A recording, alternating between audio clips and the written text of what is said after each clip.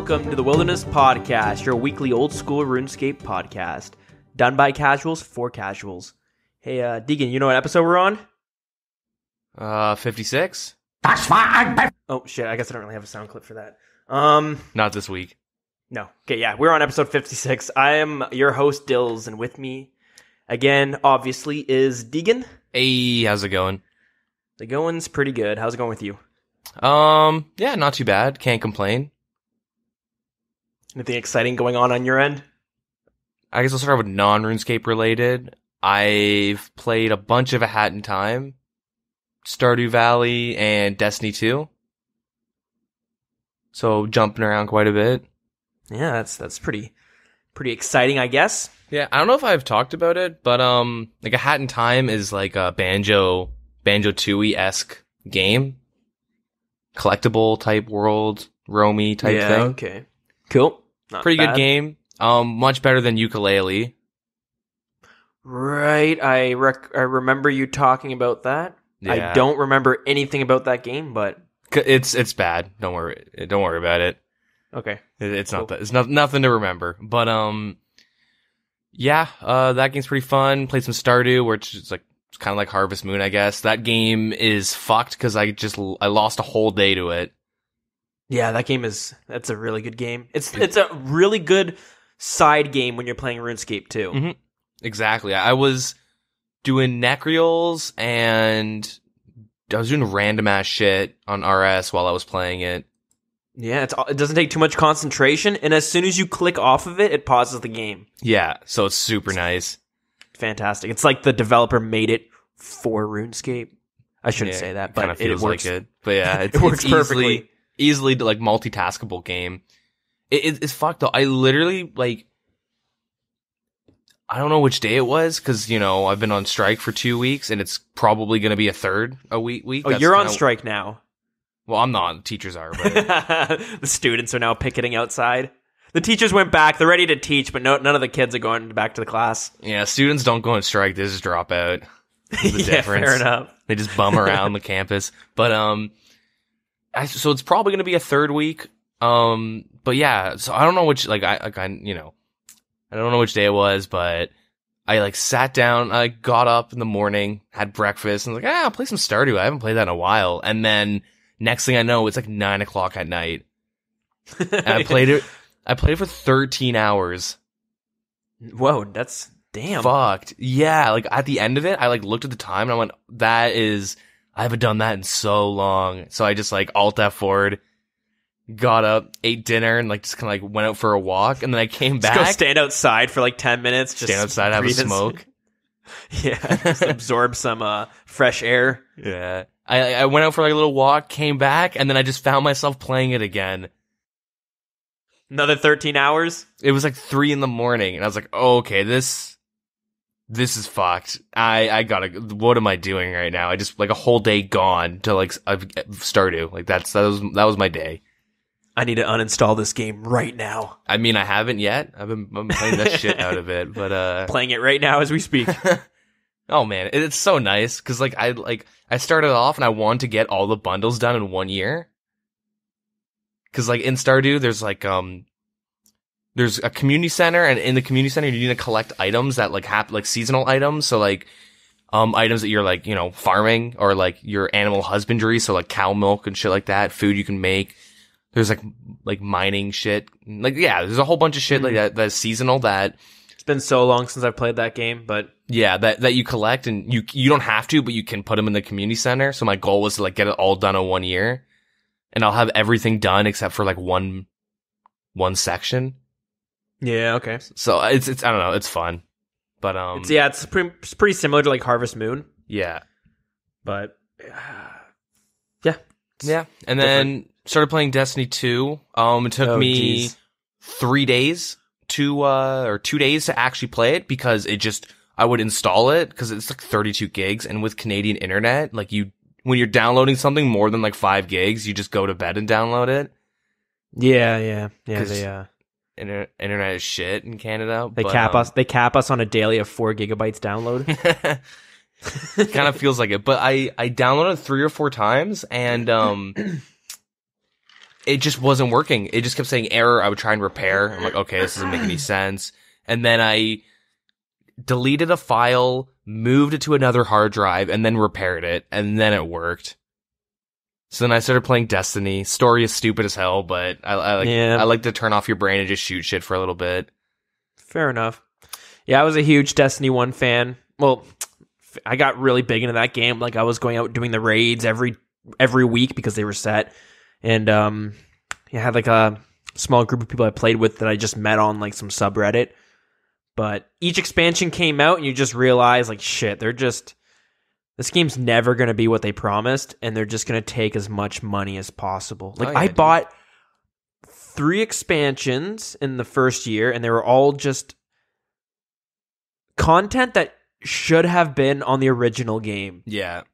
So I spent like, what, $80 maybe on that? Or maybe it's like $60. And then I remember I quit for a couple months, and then I realized, like, oh, a major expansion's coming out called the Taken King. This is like Destiny 1.5.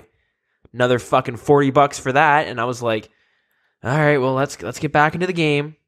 And then Destiny 2 was coming out, and I was like, no, fuck that. Yeah. They're erasing all your characters. You're starting from scratch. Fuck that. I learned my lesson.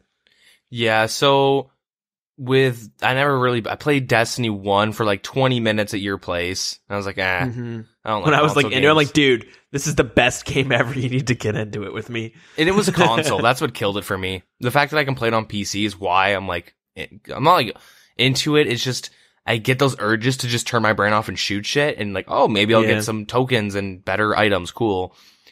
And then, so there are some really cool aspects on the game, but like, it falls flat. Yeah, my issue is that like they literally treat Destiny as a cash cow, where they, like you said, they it's something that like you're always waiting for that promise to be fulfilled.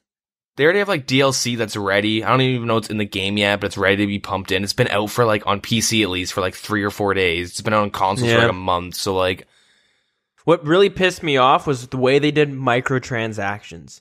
It didn't exist in the game for a very long time. It came out in the Destiny 1.5 Taken King expansion. Okay. They decided, like, okay, we're going to start selling some seasonal, like, is exactly what you were talking about basically last week with the microtransactions in RuneScape. Mm-hmm. So they brought in, like, this little store that they would sell some Halloween cosmetics, and then they would sell some dances for real life money. And their excuse for doing it was, we don't want to charge like $30 for an expansion like we were doing before. Instead, we're going to have this little store open, and we're going to use that store to fund a team that's going to work on expansions. They're going to work on more content and stuff. Mm-hmm. I was like, okay, fair enough.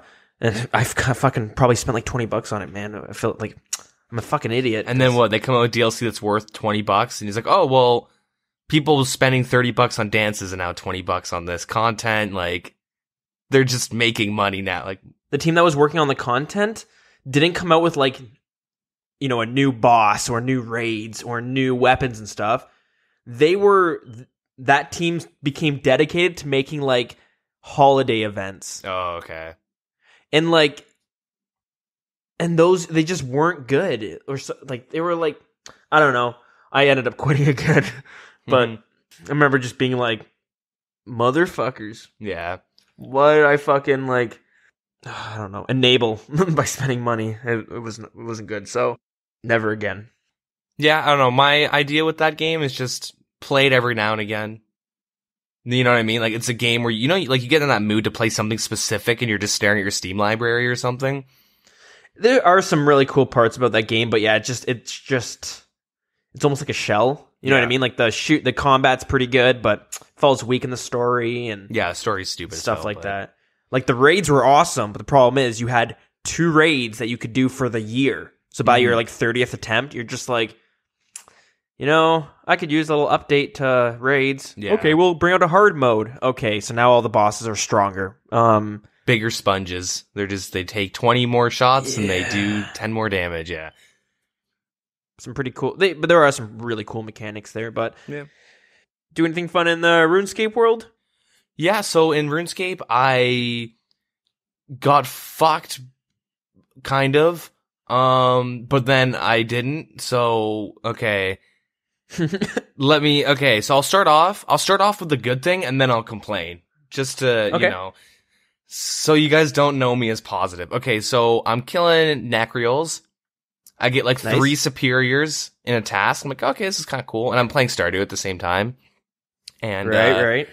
and then I killed one and I went and killed like maybe the last superior on that task that I got during the task. And then I look over and I just see purple text and I'm like, oh, cool. And I right click it and I just see imbued heart.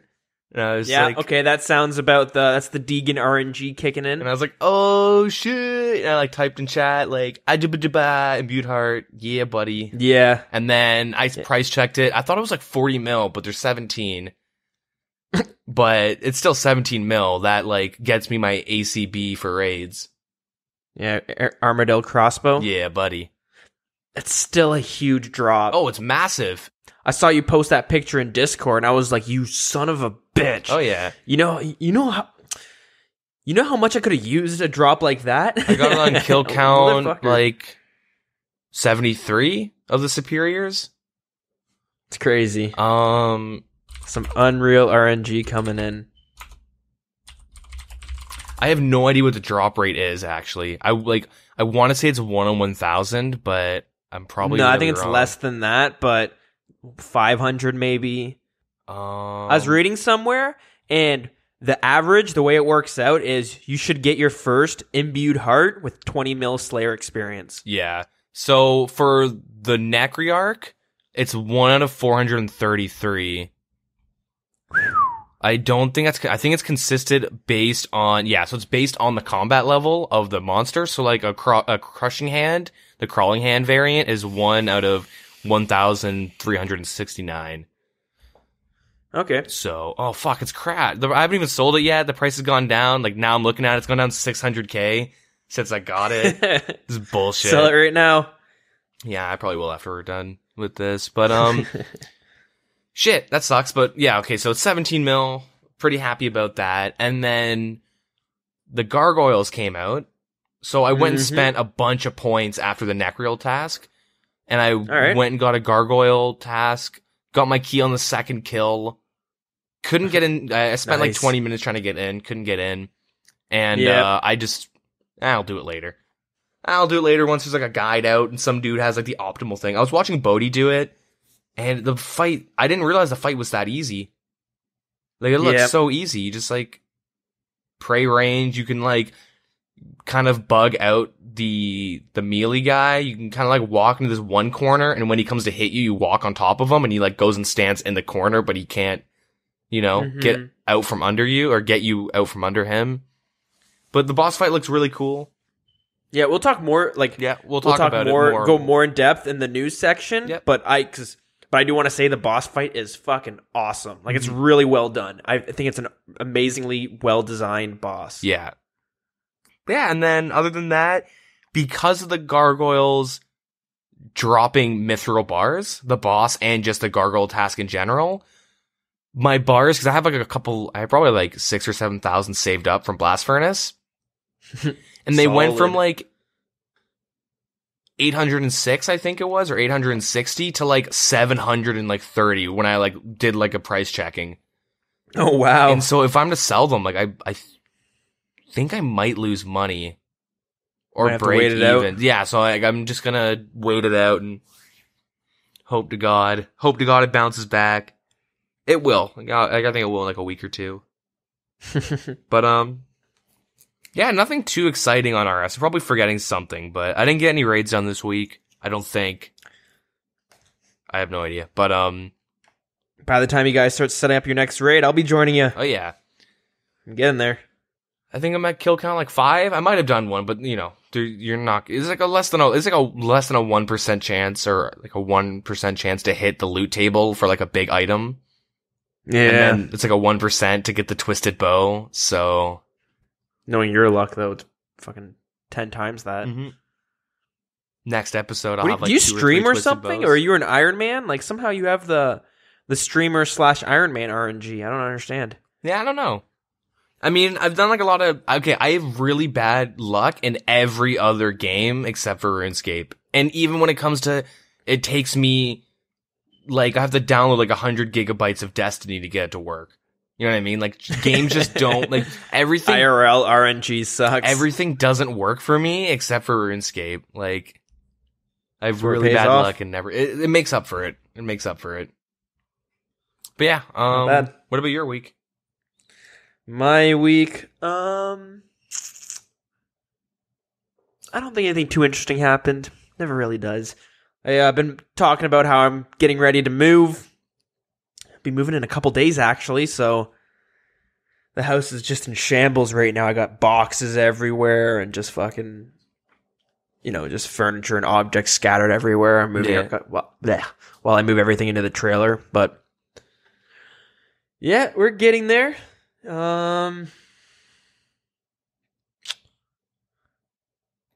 Yeah, besides that, just been jamming some RuneScape as always.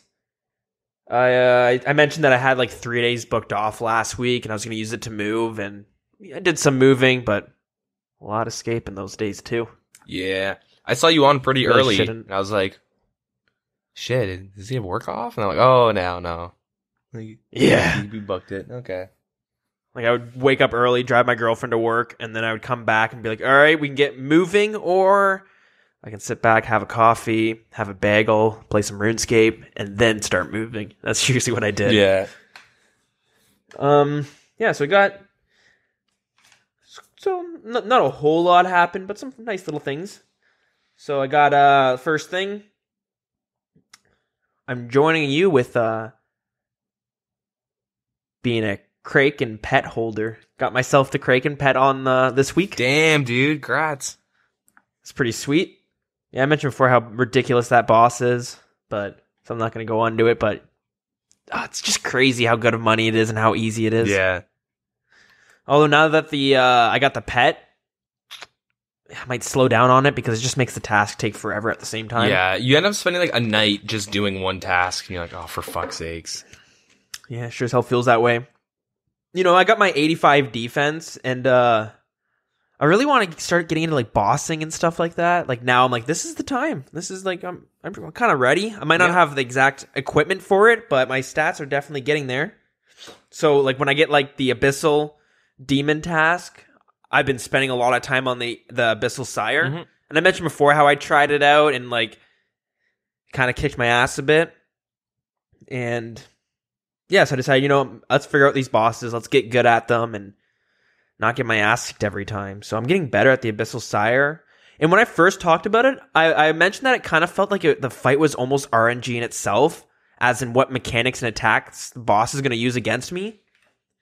Because I said he does like, there's a couple phases to the fight. I won't go too much into it, but once you get into the combat part, he does this thing where he shoots these poison bubbles right underneath where you're standing. Yep. And you kind of move 2 tiles over, and then he'll spawn one underneath there. You kind of move back and forth, hitting the Sire in between each movement. Mm-hmm. You can do that. You can avoid most of the damage, but there are times where I'm fighting him, and he barely pops those bubbles underneath me. And then there's other times I do it, and I can't. I have to move the whole entire fight, like back and forth, nonstop. Have you seen? There's a streamer named Foe, and he's been grinding it on his hardcore Iron Man. He has like 600 and something kills, probably like 700 now, on his hardcore Iron Man of the Sire. And like he's got a method that like he has the fight down pretty easily. Like he barely touches his supplies. I mean, he goes back. He Dragon Warhammer specs it and then like teleports out, so that's kind of different. But true, he uses like his home pool and stuff and his fairy ring. But like he's got like a pretty good method of like I think he dodges twice and then he steps back, or maybe on the third. I don't know. He like runs through the boss though and goes to the other side and will hit it, and he like has like a pretty solid method where the boss fight seems really consistent with him. I'm about to check it out, but I was doing like maybe 20 or 30 kills, not a whole lot, but when you're dying 30% of the time and you're only getting 1 kill per trip for the most part, it takes a while to get those kills. But I couldn't figure it out. I would look up the OSRS on the wiki, and nothing kind of mentions that like it's kind of a gamble on what his attacks are going to be. And I just find it bizarre because there are times where he's nonstop shooting those bubbles underneath me. And the whole fight, I'm running back and forth between 2 tiles, and I'm hitting him between each ones. then I'll have another fight where I could just stand still the whole time almost. So maybe I'll watch some of the streamers doing it, see if they have the same problem, or maybe I don't know. Yeah, nothing. No, not too interesting of drops from him. Didn't make any bank. And then I tried the Halloween event. I went and completed the Halloween event. And yeah, that thing was pretty cool. Yeah. Pretty well done. Yeah, I liked it. It's actually not hard, but kind of hard. What do you mean? The problem is, like, I started doing it like fairly late at night. Let's say like 11 p.m. or like midnight, something like that. And I thought I could like finish it within half an hour. And I kind of want to start prepping myself for Dragon Slayer 2. So I'm like, you know what? I'm not going to read any guides. I'm just going to go figure it out on my own. So you have to go and talk to these ghosts. Not talk to the ghosts, but yeah, you kind of have to find them, click on them, and then you have to go, like, you have one guy in a wheat field, so you have to gather some wheat. You got another guy, what was it? You got another guy who was, like, filling up vials at a fountain. So then you gotta get a vial of water or something like that. You have to do a bunch of shit like that. There's, like, 6 different ghosts, and then you have to bring it to the apothecary. Yep. In Varrock, and then he'll make this potion, and then you bring it to the altar or something, you drink it, I can't remember, you bless it, then you bring it to Death in Lumbridge, and then, what is it, he sends you to a boat, and then he brings you to some island? Am I getting this all right? Yep. I'm trying to remember, because I was super fucking tired, because I was expecting to be able to get in there, blast through it, get my reward, and be like, oh cool, that was pretty interesting. But yeah, I get to the fucking island, and I was stuck on that island for like half an hour, 40 minutes in itself before I was able to get into the basement. So I was trying to figure out like everything I had to do, and it was things that where you had to like click on the wall. Yeah, clean walls, to, like, and put like a gem in like a window thing. Yeah, so it took me so long to figure out all that shit because it's like a puzzle, right? Yep. So, and I was just doing it on my own because yeah, when Dragon Slayer 2 comes, you know it's going to be pretty hard to do without a guide. That took a while, and then I got into the basement where you have to like go to these like, I don't know, what is it, coral? Yeah, like barnacle-esque looking things. Yeah, these like you have to go to it, and then the Jason character will throw his machete at you, and you have to dodge it, and then he'll hit the barnacle, and he'll teleport to that barnacle that he hit. You basically have to do that. It's kind of like a maze almost, and you have to get him to this trap. Yep. And if he hits you with the machete 3 times, like when he throws it at the barnacle, if it ends up hitting you, if it does that 3 times, then you got to like restart from a checkpoint. So that in itself took me a long time to do because I kept dying. And yeah, then afterwards I ended up completing it, but it was a pretty cool event. I wouldn't be surprised if they add that in as a quest afterwards. Yeah, do you think my they will? only issue is that with the ghosts that are kind of hanging out, people might not like it. Like, I was thinking, like, would they make it a quest? And then it's like, well, the ghosts that kind of hang around kind of fuck with, like, the game. At each mine, there's a ghost, and, you know, like, I mean, I guess only bots hang out there, so it's not a big deal, but maybe you'll have to drink a potion or something, and then they spawn and only for you. Yeah. Or maybe when you start the quest, they'll be walking around and it's only for you. I don't know. Yeah, who knows? Or maybe you need like a ring of visibility. Yeah, if people want it and ask for it, nobody's really asked for it yet. So I just think it was pretty cool, pretty interesting, and it would be a shame to just see that, like all that content and all that work just get scrapped. Yeah, but that's kind of what the events are all about. That's what they've always been. Yeah, that's true. That is true. There's been a bunch like that. Yeah. See, I finally went and did the Tears of Guthix quest. Nice. Have you done that? Do you do that each week? I used to, but not anymore. True. That's something that like people have been telling me, like, dude, you're missing out on so much free experience. Just go and do that. And I was like, I'll get around to it. And I finally decided to go do it just because, whatever. And yeah, it's pretty easy. The quest itself takes like 15 minutes. Yeah. Even less, probably 10 minutes. And it's like the perfect way to level your rune crafting if you don't want to be fucking bothered to, you know, spend hours on end getting it to 85 for whatever diary. Mm-hmm. Yes. Pretty good. Got my elite void finally. And then lastly, I actually killed some of the gargoyle boss, and yeah, I kind of regret getting the gargoyle. I kind of regret getting the gargoyle task though, because I fucking wasted 1,500 Slayer points. Damn. On canceling tasks. Like that's like 50 tasks I had to cancel. Yeah, I wasted like over 300. I wasted most of my points. I had 1,900, and now I'm down to like 400 points. Yeah. And it was bullshit because, first off, the gargoyle rooms were all packed on every single world. Yeah, every spot, every world. Luckily, I got the key within like 20 kills. And then you go to the gargoyle altar or the gargoyle doorway at the roof, and like you're sitting there nonstop clicking for like 40 minutes before you can get into the fight. Yeah. And yeah, so and also the reason I regret it was because like I'm like, okay, I'm gonna spend all day at the gargoyles, and I'm hopefully gonna get a unique drop, and hopefully I'll just fucking cash out. You know, it'll pay off in the end, but.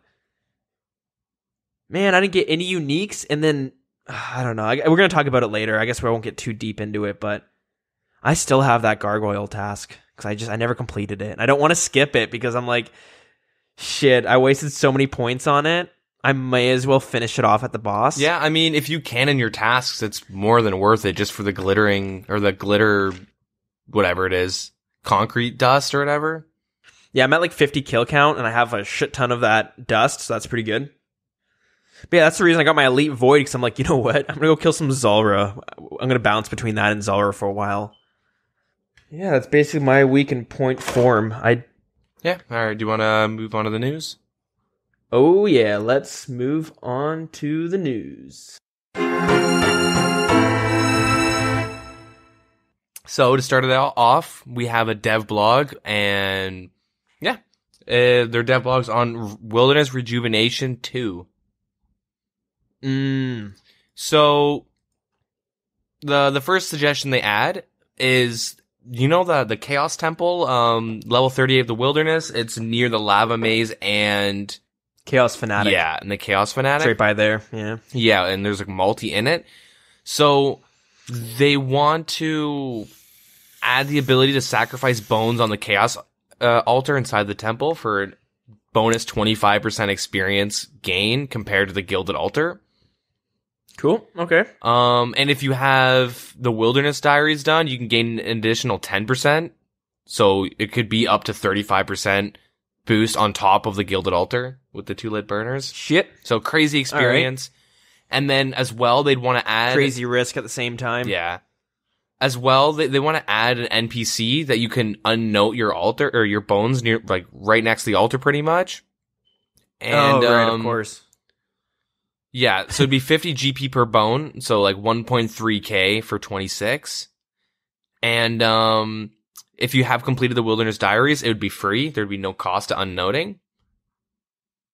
And that's the only thing that the NPC would do.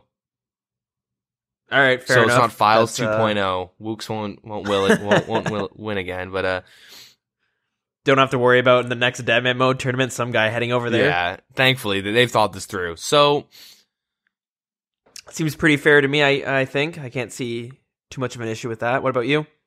I think it's stupid, but they can put any suggestion they want. I'm just gonna vote no. What's wrong with it? Do you find it's just pointless, or it's too good of experience? So the only in like, I always bitch about this with this type of Wilderness Rejuvenation, how the only one that benefits is the PKer, because like I'm gonna go there with what, like 100 bones, maybe. Whatever you want, and then really. With like some cash, and the whole time it's like I'm just gonna get jumped by it. Like my issue is that it's in multi. That's my biggest issue. Is that because it's in multi, it makes it really stupid. So it's like, it's not like it's just in the altar. Like with one of the screenshots they show where the NPC would be, you're gonna be in multi while you're talking to him. Right. So it's not even like, okay, I'll bring 100 bones with 10 slots in my inventory, and I'm gonna bring this really good gear to tank. It's like you're just gonna jump on by a team de-speared. If you're lucky, you're gonna get de-speared, and they're just gonna kill you for your bones. Which, like, it's just gonna bring another thing for somebody to bitch about. Like, in terms of, like, wilderness bosses, like, oh, Venenatis sucks, you have to safe spot it, or Vedian sucks, you have to safe spot it. Venenatis sucks because if you want to do it with a buddy, you know, you have to go bring him over to the multi-zone. Callisto sucks, you know, safe spot it, you know. Oh yeah, you get fucking destroyed by PK at Callisto. So that's the issue, is that when I go with my buddies, we get 2 or 3 kills in and we're jumped on by a team of like 30. Where we're all instantly tele-blocked and instantly ice barraged, and they can log out in and out right next to Callisto, so it's kind of like, it's annoying. But like, with the first Wilderness Rejuvenation, I guess it brought a lot to the game, but there's still so many issues with it that they haven't addressed yet. Like, I would, like, I think, like, especially Callisto, they need to fix, you know, the fact that PKers can log out right next to the boss. Yeah, and they could literally log out in this one square that's like just above the boss, ice barrage you to death, and then just world hop afterwards. Like, you know what I mean? Like, it's silly. And then also with all the safe spotting, basically, and stuff like that. Like, the safe spots are really annoying. That's a thing. But you know, it could turn out to be similar to Erde in that Chaos Altar. There's a Zamorak wine that spawns there, right? Yeah, and if you have your things done, it is noted. So like, yes, that's not the worst. Not the worst money, because they sell for, I don't know, what is it, 1.5K or something? Yeah, but the difference is, like, when you go, you can actually have a plan, so you can go and bring full tank gear and 3 slots. Like, let's just say best case scenario, you have like 3 pieces of tank gear, and then you have your Din's Bulwark to swap out to. So you have 4 pieces, you can protect them all. And then you have your air staff, your law runes, and then your stack of wines. Like, you have like 25 slots of like food and prayer potions you can bring, that you could at least maybe get out a multi. But like, if you're bringing bones to Unnote, yeah, and, I mean, like that's like a weird thing to complain about, because it's like, oh, I don't want to die. I mean, that's not the issue. Well, that's one of the issues, I guess. Like, it's just like, let's give PKers a reason to PK. That's fine, whatever. Because people will come and kill those PKers. Like, we've been through that. We've talked about that like 30 times over. It's a cycle. But my next point is, do we even need faster prayer experience? Like, have you trained prayer? It is so fast already. Yeah, it's just expensive. But, like, same with construction. Same with mage, if you want to do it the fast way. Same with fletching and fire making, if you want to do it the fast way. I think the problem is that there's just, as much as there is wilderness bosses, you're not really finding too many people out there. It's not like every single boss always has people killing it, right? Like, isn't that kind of the point of the wilderness? Like, imagine if there was a constant white dot on your screen in the wilderness. No, yeah, I get that. But at the same time, like, when you're out there PKing, if there's nobody out there doing any of that shit, I don't know. Like, it's this weird cycle where, like, if there's nobody out there doing any of these, like, activities, then you're not really going to have PKers coming there. That's why you don't see PKers at the Wines of Zamorak too often. The same reason you don't see too many people at the altar getting the Wines of Zamorak, right? Yeah, but, like, the whole, like, from my understanding of what the wilderness has always been about, and why Edgeville became a thing, was that, like, the best part of the wilderness is when you're roaming around doing something, generally there's nobody around you. But the second you see someone, you go, holy fuck, let me look at his combat level, shit, he's skulled, I'm dead. You know what I mean? Or you log out in time, whatever. But, like, that's, like, the main point of the wilderness, is that, like, it's the wilderness. Like, there's not supposed to be millions of people constantly running around, but, like, it's at the point where you can consistently find people doing Callisto and Venenatis and Scorpia. You can find people, like, doing clue scrolls consistently. Like, it's not like it's impossible to find people. The issue is, I don't have a team, so I can't camp where teams are camping, because teams are camping there. True. It's like, if you want to run around and kill people on your own, like, you can do Chaos Elemental, Fanatic, Vedian Safe Spot, but generally, like Wilderness has turned into like you get a team together and you roam with a team because you can go to more spots and you have a better chance of living and getting kills. Mm-hmm. So like, I mean, as of right now, like I go into the Wilderness and like the last like 4 times I've had a KBD task or a Black Dragon task, the 4 times, I think like 2 of those tasks I got people tried killing me. So I'm like at a 50-50 right now of trying to do KBD and people trying to kill me. Like I haven't died yet, but like I'm fine. Like 50-50, like that seems a little high, but it's still fine. You know what I mean? Like if it was every single time, it would turn into, let me get a scout. You know what I mean? Yeah. Let me just, hey Dilz, let me log into your account real quick and go in with nothing and scout the Burning Amulet teleport spots. Like, I don't know. I just, it's weird. I just find it's weird that like Prayer is known for fast experience and it's expensive. So why do we have to make it faster and possibly cheaper?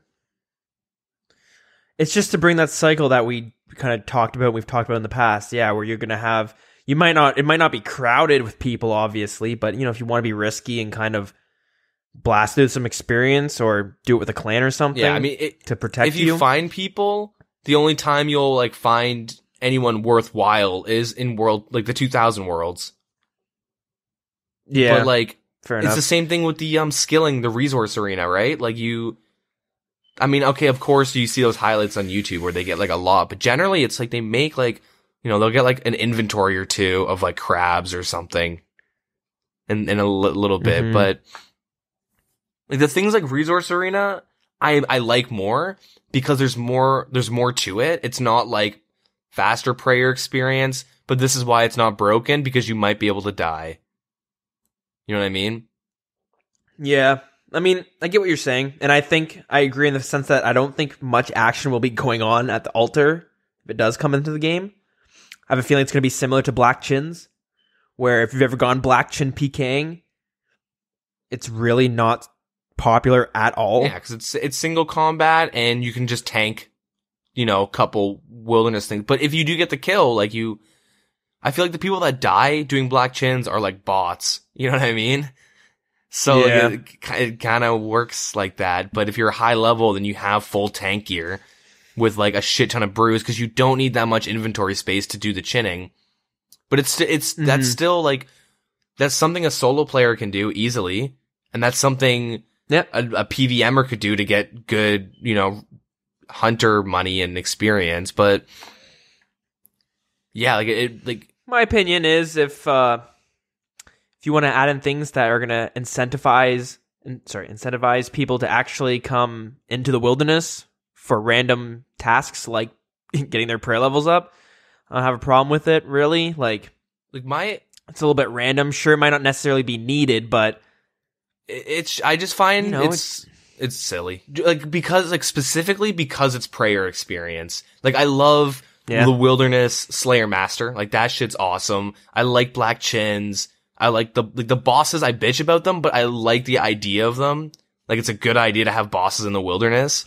I mean, the execution could, you know, they could fix some things, but, and the clue scrolls and all that stuff, like, I enjoy that. It's just, I don't want it to turn into like, oh, let's go woodcut in this area, mine, fish, do Prayer. Hey, this is better experience at NMC now. Let's go runecraft in the Wilderness. Oh, but you have to bring a mill with you. You know what I mean? Like, it's like it's like arbitrary, like, better experience, but it's spooky because you're in the Wilderness. I don't know. It's high risk, high reward. You know what I mean? The picture has a guy with 1.3k dragon bones and then a 10 mil cash stack. Probably most likely won't see someone with that kind of inventory. Especially with that much money. If it's 50 per bone, like but whatever. But I don't know. I don't see anything too game breaking about it. It's high risk but high reward at the same time. Yeah, but like, it's not that it's game breaking, is that it's a slow creep of like unnecessary faster experience. You know, does that make sense? Yeah, okay. But who knows? We'll have to see. I haven't even looked at the polls yet or anything like that. I'm not for it though. Doesn't really matter. Okay. Yeah, just if you think it's a good thing, you know. So the poll questions they have are: should we add the ability for players to offer bones to Chaos Altar? You know, blah blah blah blah blah. For additional experience, than the Gilded Altar, there will be an NPC that unnotes, pretty much what we talked about. That's one question. The second one is, if the proposed changes to the Chaos Altar found in level 38 Wilderness are added to the game, as described, should the completion of the Wilderness Diaries remove the fee to unnote? And the other one is just about, if you have the Wilderness Diaries done, the 10% bonus experience. So from 25 to 35%. And the last one is, if the proposed changes to Chaos Altar in the game are added to the game as described, should the completion of the Wilderness Diaries allow players to sacrifice their bones to this altar slightly faster when not offering them manually? So manually, okay, so I don't get when that. when you do Gilded Altars, you can like use your bone on the altar and it automatically does, like, you know, you pray and the bones disappear and you get the experience, right? Yeah, it does So, like an animation. Yeah, so you can manually click each bone onto the altar and it's much, much faster. Oh, okay, so it's similar to how we were talking with the Carabombs last week. Yeah. How you can just like individually click them and you'll do it 2 times as fast. So yeah, but there's a very big difference with prayer, and it just kind of, if you want to AFK, go for it, but if you don't, like, it's way more click intensive, but it's also way faster.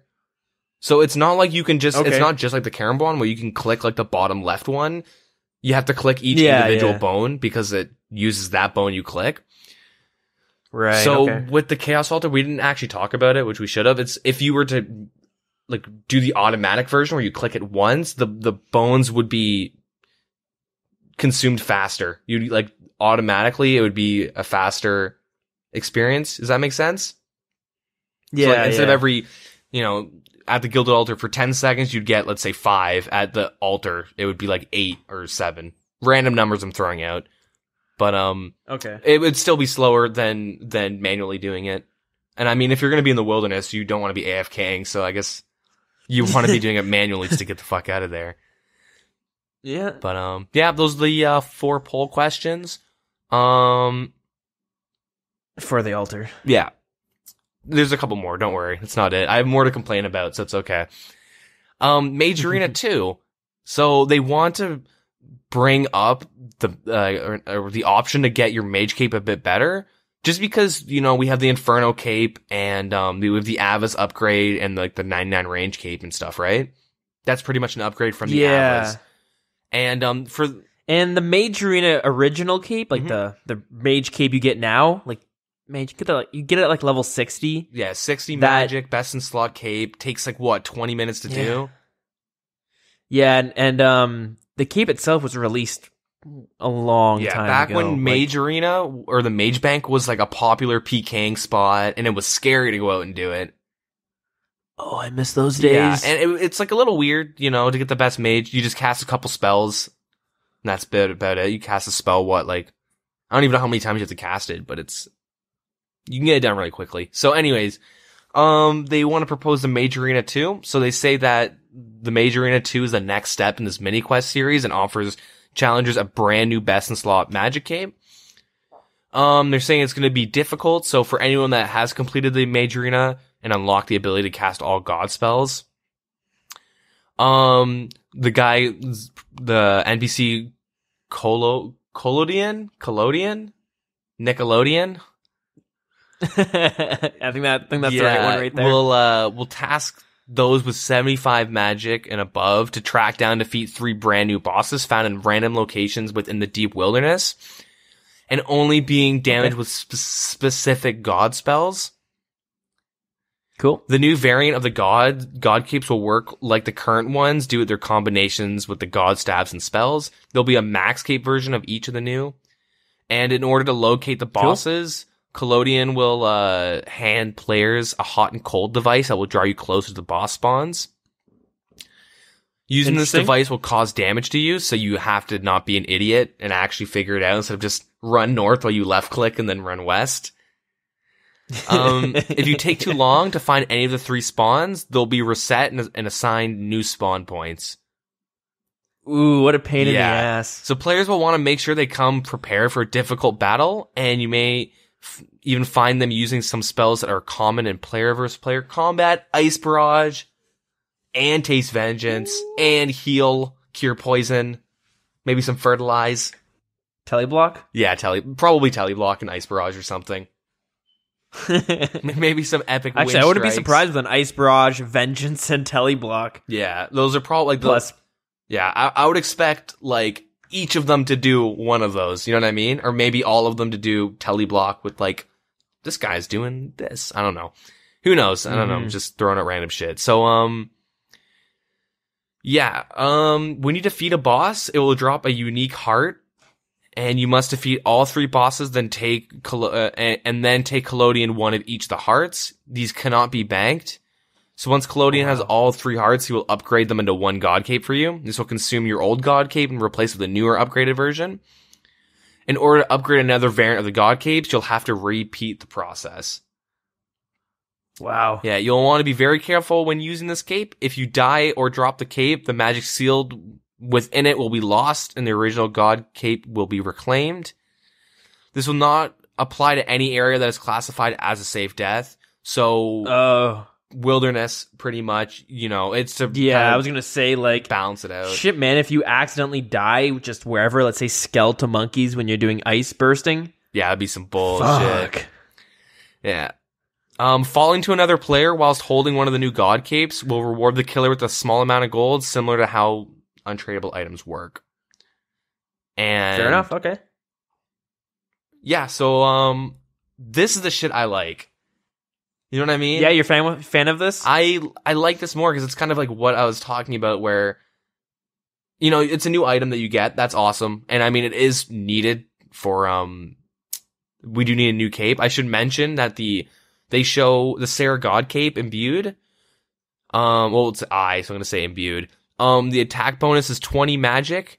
You get 5 melee defenses and 20 magic defense, and yeah. Cool. Stats are subject to change, obviously, as always. But, see, I think it's really cool because it literally gets you out there in the wilderness, like running around and shit. But also the bosses aren't in, like, it's not like you're gonna find teams camping the Sarah demon. Yeah, especially if they're going to be randomized. Yeah. Unless they have, like, each boss has 3 random locations It'll most likely be that, because I doubt, you know, imagine you have to go to, like, the bandits' den and then down to Varrock Multi, you know, where it's level 2 wilderness. Like, I don't think it's going to be that bad. I think it'll be in, like, higher end, like, 30, maybe 20 plus, 30 or 20 plus wilderness the whole time. And all the boss spawns will kind of be in, like, yeah, like, I'm assuming predetermined places where it just cycle through. Hopefully it's a shit ton, like 10 plus, because if it's like 3, you will probably find PKs clans and stuff. camping them, and then like if the boss disappears, goes to his other spot, then they'll probably just world hop until they find a world that has that boss at that area. Yeah. And they'll just camp outside of it while somebody comes. So I'm thinking the bosses won't be there until there's a player who talks to him. Yeah. And uses like the hot and cold device, and then it'll spawn when you're there. Yeah, so if you see him, you'll be like, okay, we're camping this, somebody's coming for this, right? Yeah, I think you're right. And because it would be kind of weird, you could probably go into a CC with like scout bots that would just tell you where the demons are, and then teams could just go there and camp them. But yeah, so I do like it because you would know if somebody's doing it, right? So like, okay, I can camp it. So it makes it scary as the player when you use it, you're using the device, you're taking damage, you're getting closer, and you're like my chances of finding people are increasing, and they're gonna want to kill me. So yeah, I think it's pretty cool, and I like how you can't bank it. You gotta do it all in one shot. Yeah, I do like that a lot. It's a lot more risky. And what's kind of cool is like, you know, if you're PKing and you catch somebody here, that person, you know, is probably going to have like an entangle on, and you know what I mean? They're going to have some offensive spells to kind of defend themselves. It's not going to be like, all right, run for the fences and just fucking Cerebrew. Like they'll probably will probably happen a bit. I'm assuming if they're wearing like lower end shit, it'll be like they'll have Mystic and like Black D'hide. You know what I mean? If you're going to go kill it. Oh yeah. So they're like Mystic and has really shitty melee defenses too, right? So you can kind of spec them out quickly. I should mention that the image they show on their news thingy, the guy is standing in multi. So like you'll bump into some teams. Maybe they'll change it when it comes out, but there might be spots they spawn that aren't multi either. You know what I mean? Yeah, exactly. My question is, what happens if I talk to him, Collodian, get the boss spawns, find out one of them's in a not like a bad spot, and like not the most ideal? What happens if I just log out or world hop or just wait for the timer to run out? Do I lose my heart? I don't know. You know what I mean? Like, because people could find a way to manipulate. Like, I'm just gonna stay here and get the best spots and do it the safest way, which I'm fine with if someone's thinking like that. Yeah. But I'm just wondering if they've taken into account, like, if there's like exactly how the boss mechanic will work, right? Especially if there's multiple people in one world trying to do it. Mm-hmm. I don't know. But yeah, I'm happy with this update. Yeah, I think it's pretty cool. Yeah, I like it a lot. I like how you have to use god spells too, so you can't cheese it with like ancient magics and barrage for like blood 30s barrage and shit. Yeah. Yeah, it's pretty cool. Yes, the poll questions are, should we add the Mage Arena 2 to the game as ascribed? And then they kind of, pretty much go over what we just said. Yeah, the second one is, if the Mage Arena 2 is added, should it be possible to recharge new capes by tracking down and killing one of the bosses rather than all three? Fair enough. Yeah, so it would be, I guess if you've done it once maybe, or if you want a Sarazami and a Guthix cape, you would just kill each boss, the Guthix boss for the Guthix and so on. If Mage Arena 2 is added, should it be possible to obtain more than one God Cape at any point, or at any time given? This would allow players to have all three, and it would make it so you don't need to do the drop trick method. That's the most important thing. Because if that is voted no, you could still get it, but you'd have to do the drop trick method. Which would mean... But in the wilderness, when you drop it, it instantly is visible, right? So would that mean you would drop it and it would instantly turn to cash? Maybe I think because it's untradeable, it works a bit different. I've always assumed that untradables you could drop and they're not instantly, maybe if you die, they turn into cash. Maybe, I don't know. But regardless, test it out with Void. Yeah. Regardless, it would still, be obtainable, just a lot more of a bitch and a lot more risky for the PVMers. Mm-hmm. Okay, cool. So yeah, I see, that's the type of shit I like. I'm definitely voting yes on that. Definitely giving that a good thumbs up. 2 thumbs way up. Yeah. All right. Yeah. And do you have any like final thoughts on that? We didn't really talk about it. I think it's pretty cool. Much. No, I mean, like, it's a cool idea. I like it. I don't think, this can be too much. I don't know. It's a good idea. I like it. Okay. This last one, there's one more, but it's pretty big. It covers like a lot of shit. But that is the Revenant Caves. So think back to free to play. I mean, the free trade being disabled and PvP not a thing. Like no PKing anymore. And they introduced those Revenants. This is kind of their take on it. They're keeping it free trade and PKing still, so don't worry. But yeah. By the way, if this passes, we're losing free trade. Currently, it's a 90%. No. But yeah. So they mentioned that there's been a large demand to keep the Revenants in game in RuneScape 3 when they brought back trading and PKing and stuff, and to keep the items they generated as part of their drop table. And so in RuneScape 3 they had the Foreign 3, I don't know, dungeon. Their version of the Revenant caves were created, and it was like a cavern filled with NPCs that scaled in level and strength, and you could get a lot of money. And they want to recreate it. I guess the community also really wants it because people have been talking about it for a while. They say they won't offer the PvP weapons from the past, but they like to introduce PvP armors. alongside a new bracelet. Okay. And it would be extremely effective when you're inside the cave. And then there'd be new Revenant models, and their mechanics and difficulties would be pretty much the same. Oh, okay. Yeah, so the Revenant caves will contain various levels, types of monsters. Pretty much how it's the same thing from like RS3, pretty much. There's going to be other creatures within the Revenant caves, so there'd be lesser demons, green dragons, greater demons, Ankus, and hellhounds. Okay, fair enough. They just like mentioned like normal things, like the harder the Revenant is, the better drops it would have, and you know, all that good stuff. So yeah, that's pulled. If they'd if the Revenant cave should be a thing, the caves would be a multi-way combat located within the wilderness from levels 17 to 40. So that gives you an idea of how big it would be. Yeah, I'm looking at it now. It's pretty large. Yeah. There'll be a variety of NPCs to kill alongside a new NPC Revenant and all that good stuff. All the monsters within the cave would be a part of the Slayer, Wilderness Slayer. And there's going to be high-level shortcuts and escape routes available to players. So that's that poll question. And, yeah, we'll go into the rewards. So, it's a high-risk, high-reward activity. And so the longer you're in there, obviously, you know, higher risk and higher reward. So they're just kind of letting us know.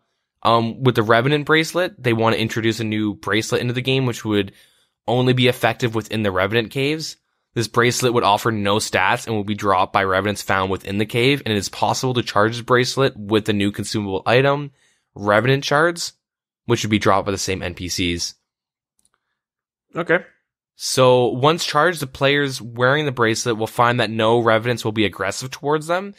In addition to this, the player will become immune to their attacks. However, each attack will drain one charge from the bracelet. And once all the charges have been consumed, the bracelet will revert to the uncharged form. Okay. So you can stay in there longer, but you'll be risking more loot. That's pretty much what they're saying. An uncharged bracelet may be dismantled for a set amount of shards. Both Revenant bracelets and shards would be tradable, although the bracelet will need to be fully uncharged first. Okay. The bracelet will have an alch value of 45k and will always be dropped on death. It can never be protected, and yeah. So eat a dick if you die with one. You can't save that. Interesting, yeah. I think that's good though, because you can, if you're trying to protect 4 items, you don't have to worry about a bracelet being protected.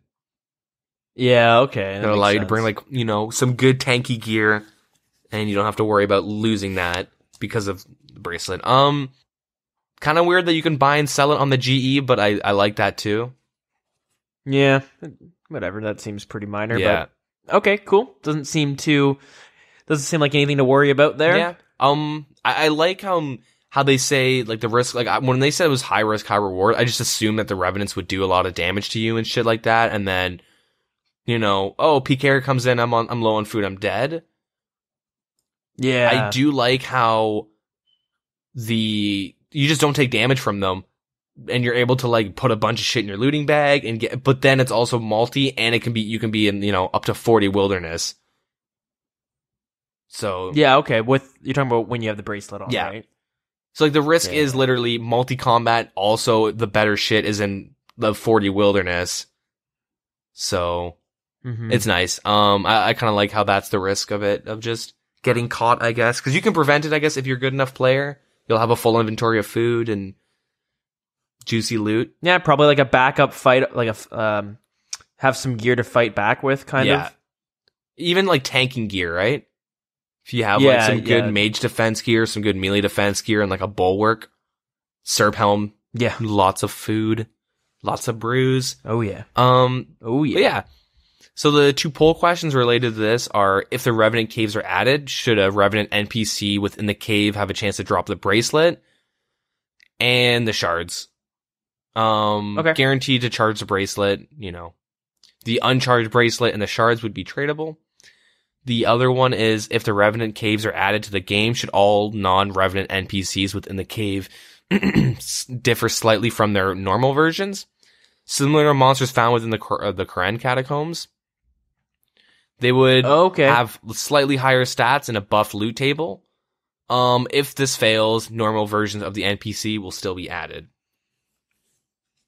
And I guess those won't drop the Revenant bracelet, right? No, only the Revenants. I'm assuming if they're buffed, they might. It's safe to be assumed. It's safe to assume. That wasn't a sentence, but anyways, let's go on before I linger on that. I don't know. I with that specifically, I'm really neutral to that because I haven't really done Wilderness Slayer, and I've done a little bit, but the problem is the monsters are just. I was getting things like ice giants. Yeah, it's 0 to 100. You could get rats or Vedian. That's what keeps me away from it. Because if I'm doing it for points. I'm not doing it for Slayer experience. So I want things like a Black Demon, Skeletons, Chaos Druids, Earth Warriors. Mm-hmm. But okay. Yeah. Anyways. The next thing they propose is a teleport scroll. So getting to and from the Revenant caves can be a time-consuming process, and they want to offer you a way to teleport. So, yeah, all Revenant-related NPCs, I guess all Revenant NPCs available to kill within the cave have a small chance to drop a tradable teleport scroll. So I guess kind of how, like, Cerberus works, how you can get the Keymaster. Are there any other bosses? I can't think of any. Does Abyssal Sire have that? Teleporting scrolls? What it gives you? Not that I'm aware of. Zulbra has the scroll. Yeah. So it's going to be like that, but it'll be tradable. Yeah. Cool. It would allow players to teleport to the lower level of the wilderness side of it. I guess the lower level entrance of the Revenant caves, I should say. It's worth noting that the caves will expand from levels 17 to 40, and teleporting would only take you to the entrance. So you still have to run. That makes sense. Still gonna need those juicy stams. Yeah, exactly. Okay.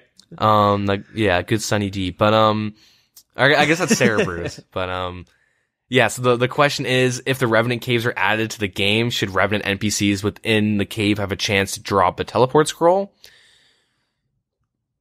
Okay. Yeah. Cool. I don't see a problem there. It's tradable, and the drop rate would increase dependent on the level. So, yeah. Okay. I mean, if they have a Revenant caves, I guess I would want a teleport scroll to be a thing.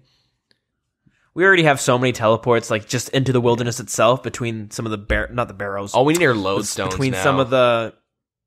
What's that? We need are lodestones from RuneScape 3. You just teleport to any fucking city. You know what? Like, but with the minigames teleport, like that's pretty damn close. Although you got a 20-minute cooldown, but I mean, what's next? They're just gonna add like a cannon that you can shoot yourself. Just type in the coordinates, what square you want to land onto. No, but shit. But I was gonna say, between the desert treasure teleports and the silver jewelry, like the burning amulet, we already have a lot of teleports. So I personally don't see an issue with. But I could give or take depending on exactly where. Like, if it's like near the archaeologist guy. You know what I'm talking about? The Dariak? Yeah, the crazed archaeologist. Yeah, the Dariak or the Gorok teleports. Like, if it's near one of them, we don't really need it. I mean, okay, let me say this. If it's near an already, like, teleport, like a good if there's a good teleporting method to it, we don't need it. Does that make sense? Yeah, I mean, I guess so, but some people might want to just get right outside. Yeah. There. I don't know. Like, I'm only saying that because we're trying to, like, revive the wilderness. You know, it gives more of a reason to camp a teleporting spot. Mm-hmm. But it really depends on where it is. So I don't know what to say about that. Like, whatever. We can move on though. The Amulet of Peril. So they want the caves to be high risk. I've said that like 20 times already, but they keep reiterating because, it's going to be risky. But they'll also be good reward. Don't worry, guys. I know you're wondering. Wait, so it's going to be high risk and high reward? Yeah, see, I thought it was high risk, low reward, but no, it's also a high reward too, so. Compared to low risk, high reward. Exactly. Okay. So, I think I'm following. So what if the same concept could be applied to gear? So the Amulet of Peril is a new tradable rare drop from the NPCs. which has the ability to increase your strength bonus based on how low your active hit points are whilst in PvP combat, so you can Darok bomb people even easier now. I was just gonna say it's Deherox, but all in an amulet. Yeah. Okay, interesting. Yeah, anyways, yeah. I'm getting too excited. Players will need to have the amulet equipped and be in combat with another player for a set amount of time for it to charge. This means it will not work against fighting NPCs, but it'll provide great bonuses for anyone in a PvP situation that is willing to risk having lower hit points. So it's not like you can just swap to it. I was gonna say this, but if you're gonna avenge someone and kill them with like an AGS spec, you could just swap to it with it, but they've already thought of that, so that's good. Okay, like about it being charged and shit. Yeah, I mean? I was gonna say it would be kind of OP, but also kind of cool at the same time to like have something else. You venge necklace, AGS, wait for them to hit you and you spec them. But it seems I'm just curious if it's. They say you have to be in PvP combat. Does Castle Wars count or the Duel Arena? Because those are pretty safe ways to charge it. It would be like you put it on 5, 4, 3, 2, 1. It kicks in. But I just mean like it says you need to charge it for that fight, and then it uncharges after the fight, or after you take it off. Oh, so you can't go to Duel Arena, fight it, and then stack some charges. Yeah, and it's go not PK like the with DFS. It, right? They say set amount of time instead of hits, so it's implying that probably like 5 to 10 seconds in, then you would then it would kick in. We're expecting the stats of it, the strength stats, to be similar to a power amulet when uncharged, and fully charged to be more like a torture.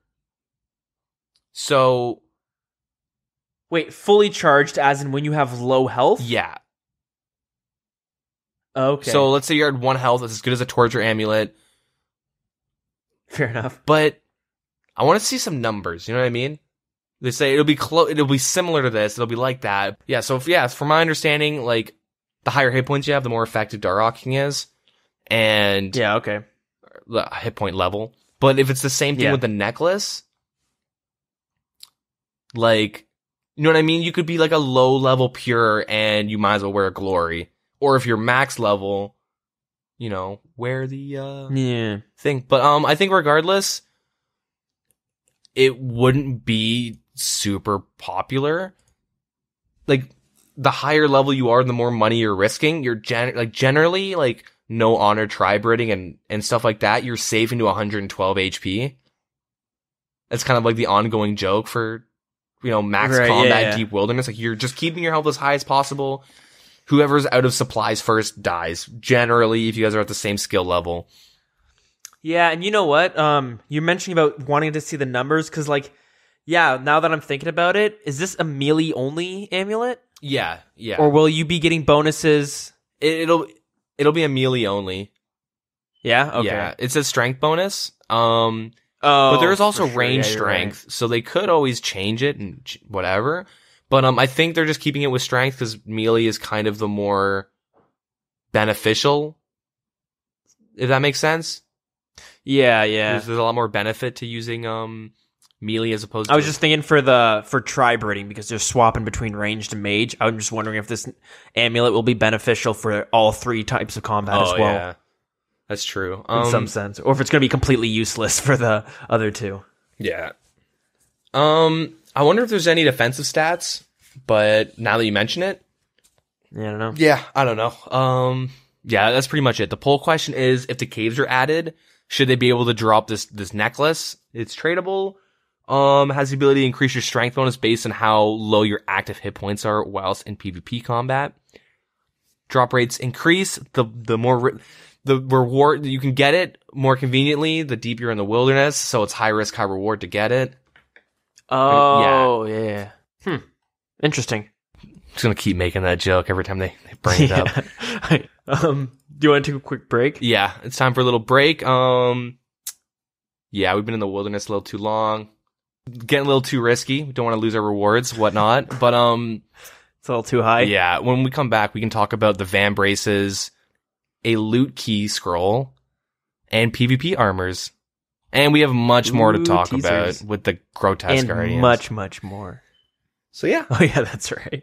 I'm gonna go bank IRL. Yeah, sounds good. We'll be right back then. And we're back. It's like we never even left. While we were on our break, I was thinking, is the Revenant Caves completely multi-combat? I believe so. Okay, yeah, because I don't remember if I mentioned if it was or not, because I'm not too sure if it is. But, because I was thinking, if you're about to get jumped by a team, and you have the Revenant Bracer, you could just box a Revenant. So it has to be all multi-zone, right? Yeah, no, yeah, it is. Okay. Because when I saw this devblog come out, I was reading the RuneScape forums because that exists. If people don't know, it's not used as much as the Reddit, but whatever. And people were talking about how back in the day for the Revenant zones, there was like an area where it was single combat, but it was like at the very entrance. Okay. So, all right. And a lot of people were complaining about it being fully multi-combat and shit. But whatever. Yeah.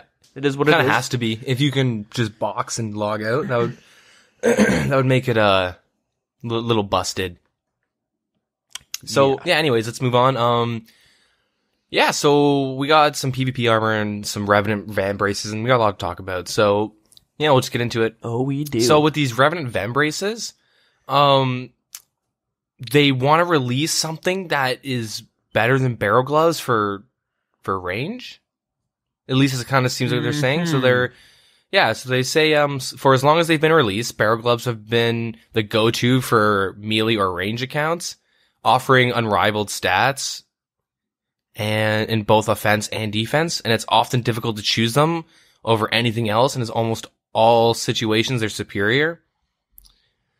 So they like to offer a new type of Vembraces exclusively dropped by the Revenants, and they're aimed towards range. So these Vembraces would offer slightly higher range attack bonus than the barrel gloves. And I believe it's +2. And alongside range strength bonus at the cost of defense stats and melee strength. Yeah, so it's kind of weird to think that like barrel gloves like are just the best. Like that's it. And all be all. Yeah, they're so good. And I think a lot of players hate it because nobody likes doing Recipe for Disaster. Yeah. That's a steep grind right there. Yeah. The requirements are 40 defense and 70 range, and they're tradable. Yeah. Okay. So, yeah, let's discuss. Because I personally can see a couple problems with this item. Like what? What are you thinking? See, I agree where it gets kind of iffy with, the barrows being the end-all, be-all glove. Like, the only time you're wearing anything else I can only think of is Void. Yep. Is there any other gloves you ever wear? No, it's barrows and Void once you have those. Yeah. And, like, barrows are really good. And, like, they are kind of, see, with Dragon Gloves, they're +9 in all your offensives, right? Okay. And barrows are +12. So it jumps up by 3. So I'm not saying they should nerf barrows gloves because they've been out for so long in the game and that would really, really peeve off a lot of players, right? Yep. But, we've talked about this before with power creeping. And I agree that at some point we do need to see a new glove that's going to be better than your Barrows gloves. It can't just be the best glove for all of eternity, right? So, okay, not so much of a problem with these gloves, but the only issue I kind of have is the 40 defense and them being tradable. Because right now for Pures and like Voiders or Zerkers, you need to kind of plan out the route so that you're able to not get too much defense. I can't remember if you're going to get defense experience from Recipe for Disaster, but that's a big quest, and there's so many quests you need to complete while doing that. Yeah, and some of the quests give defense experience. That's okay. Yeah. So it's just like you see a Voider or whatever Berserker with those gloves, and it's just like it's not like they just got 40 defense and went to the GE and bought it. Yeah, like, you know what I mean? Yeah, when you're questing up like if you're making a Zerker or any kind of pure, even like initiate, you never actually want to train defense. Mm-hmm. And you want to get it all through questing. Because, yeah, with 45 defense for Zerker, you get every single quest that gives you defense, except for there's 2 that you can choose from. I mentioned this before. One of them's Olaf's quest, where you unlock Brine Rats and the Sabers and stuff, the Brine Saber. And then there's another one. But you pick out of one of those. It's whatever your preference is. Sure. So you do have to, like, kind of strategically get those choose quests. Your route. That's pretty cool. Yeah. What was I going to say? Oh, yeah. And, like, yeah, the Barrow's Gloves, I believe the requirement's 40 defense, right? I think so. To actually equip them? 41 defense is the lowest possible defense you can get them. Okay, so there's not actually a requirement. Yeah, it's just the experience will get you there regardless. Yeah. Because, you know, we all know originally with barrels, you need 70 defense to wear. So now you have these gloves that you can wear with lower defense. But honestly, like, the quest in itself is a huge quest. And it's, like, quite the grind. So you complete that quest, you get a reward. Okay, and you can make the argument where it's like, okay, you don't really need the 70 defense to have it. But now they're releasing an item that's going to be better for ranged and just flat 40 defense. Yeah. And it seems kind of weird that it's going to be like, you know, you're wearing, let's just say you're just a main account. You're wearing full Armadillo gear, which is, 70 defense? Yeah, so yeah, with Armadillo, you need 70 defense. So yeah, your main account rocking all of that, and then you have your gloves, which only require 40 defense. It kind of puts, I don't know, that just seems, I don't know, it seems weird to me. It seems a bit off. And I know I guess they want it to be more available to the pure community as well. They don't want the Barrow's gloves to be like their only glove to work with, but yeah. I don't know, it just seems a bit off to me, to be honest. Yeah, so it is kind of weird. So, like, for Mage, the best in slot glove is the Tormented Bracelet. Yeah. And, you know, it gives you a 5% bonus to your damage, but you get, 4 more four more magic attack bonus, and then you get 5% magic strength, and you also get prayer with the bracelet, but no defensive stats or anything. That's all it's good for. And you need like 75 health or some shit. Yeah, it's 75 HP. Yeah. So, like, with that, when that came out, that changed how rushing works. In terms of, like, you see, like, there's rushers that wear the Tormented with the Chaos robes. And you know, all that stuff. They do, like, the Barrage Rush, Gmaul, and shit like that. Sure. And it's, like, it's really fucking busted, because you can do, like, 120 damage easily in, like, 1 tick. Like, it's super strong. But the thing with the Tormented is that you're not going to be always maging. Yeah, like, there's some people that just like to range everything or melee everything. And I mean, with the Tormented Bracelet, like, I understood why it came out, and I was still kind of, like, iffy on it. And right now, as it is, I'm fine with it.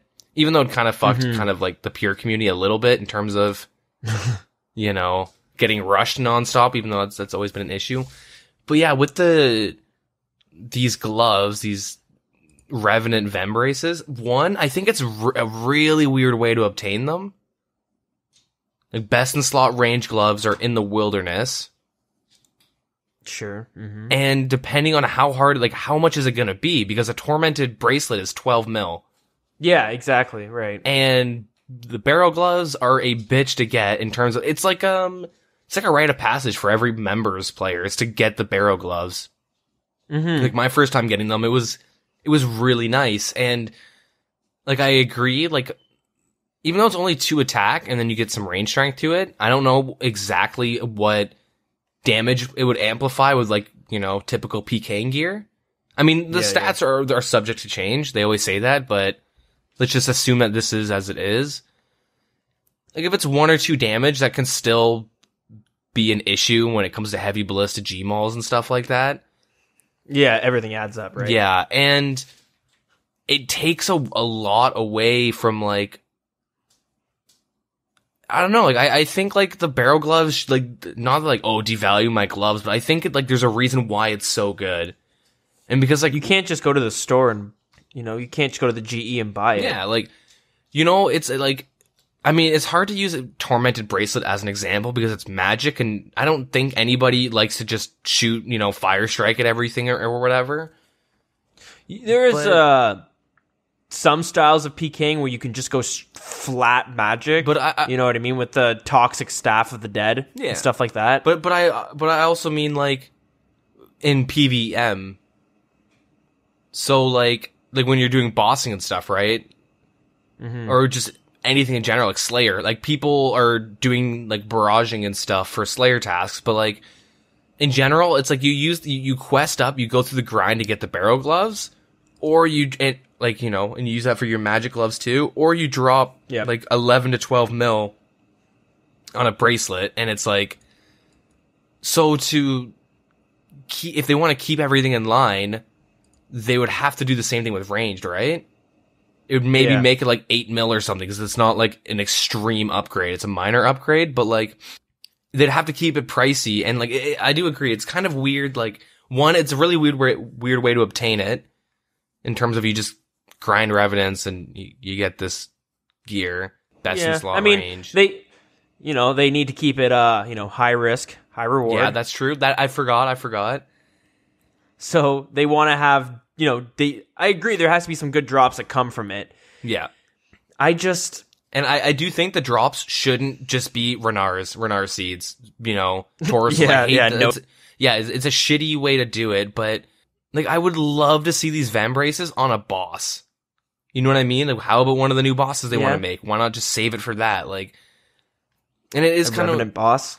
It is worrisome, because like what happened with RS3, like, oh no, but like they release better weapons, because people like with RS, like when they like, as of right now with Oldschool, they like take away the grind, as in the grind isn't the goal. It's like now it's just getting the gear. That's kind of what it seems like, right?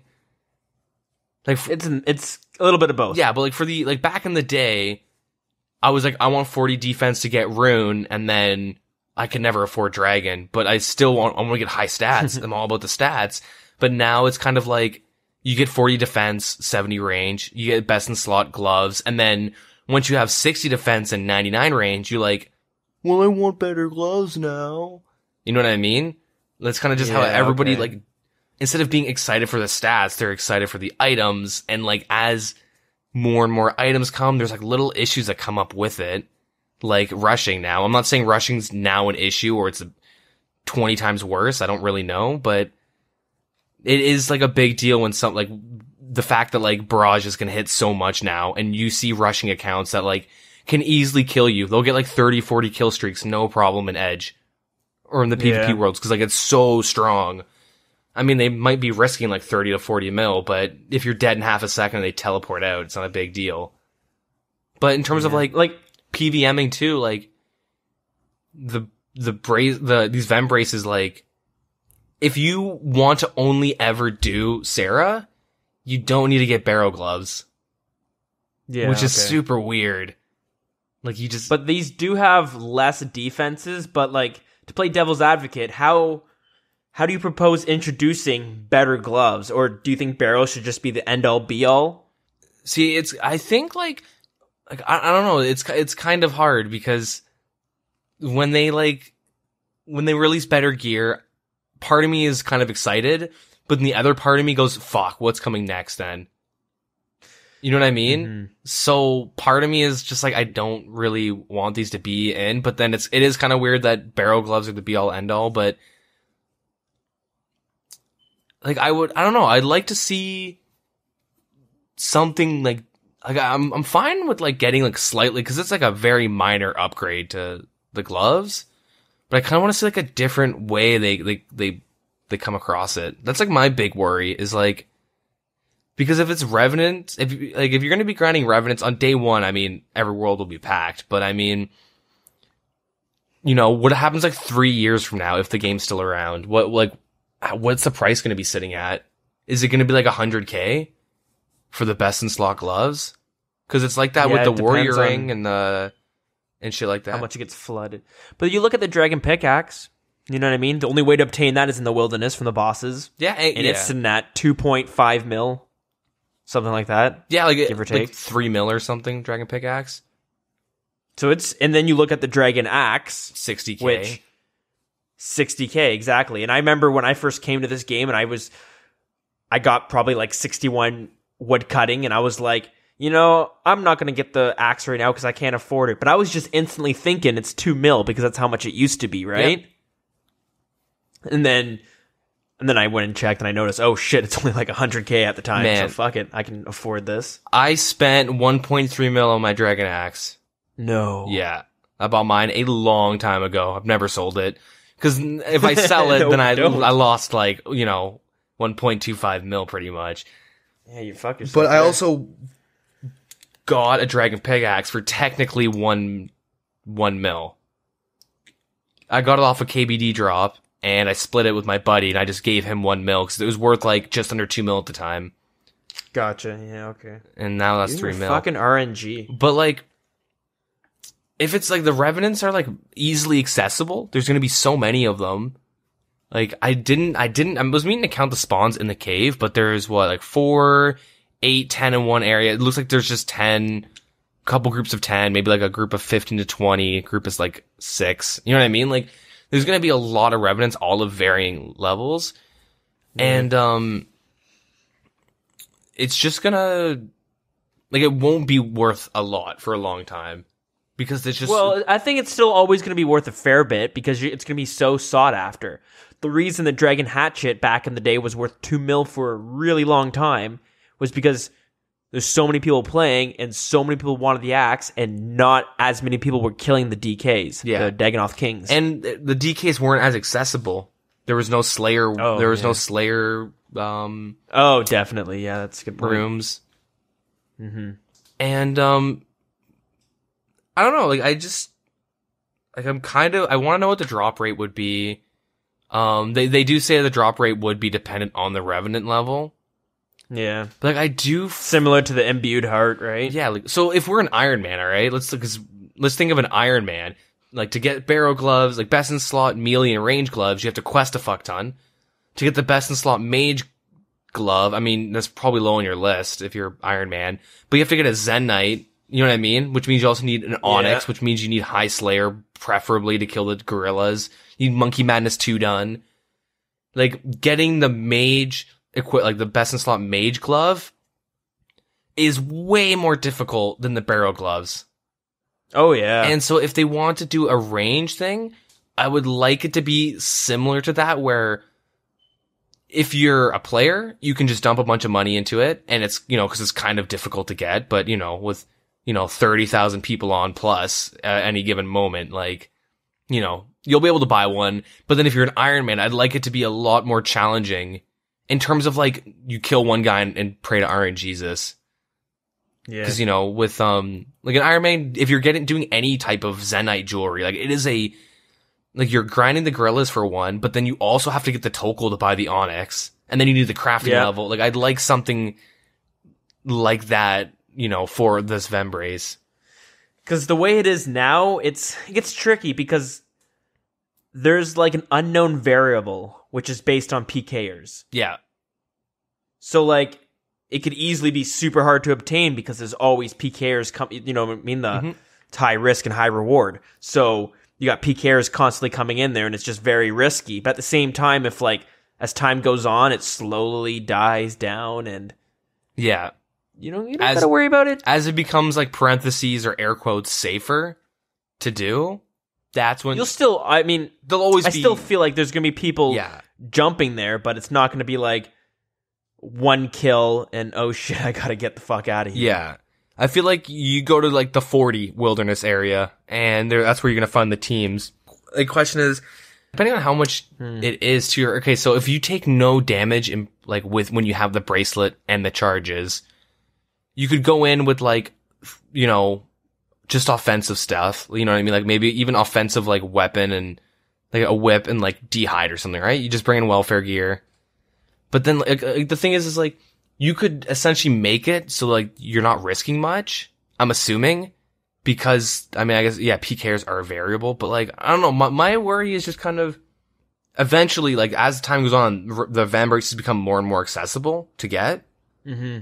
And, like, it's kind of weird to say, but as the hype dies down, that's when a lot will be coming in. That's when I think a lot more will be coming in besides day one.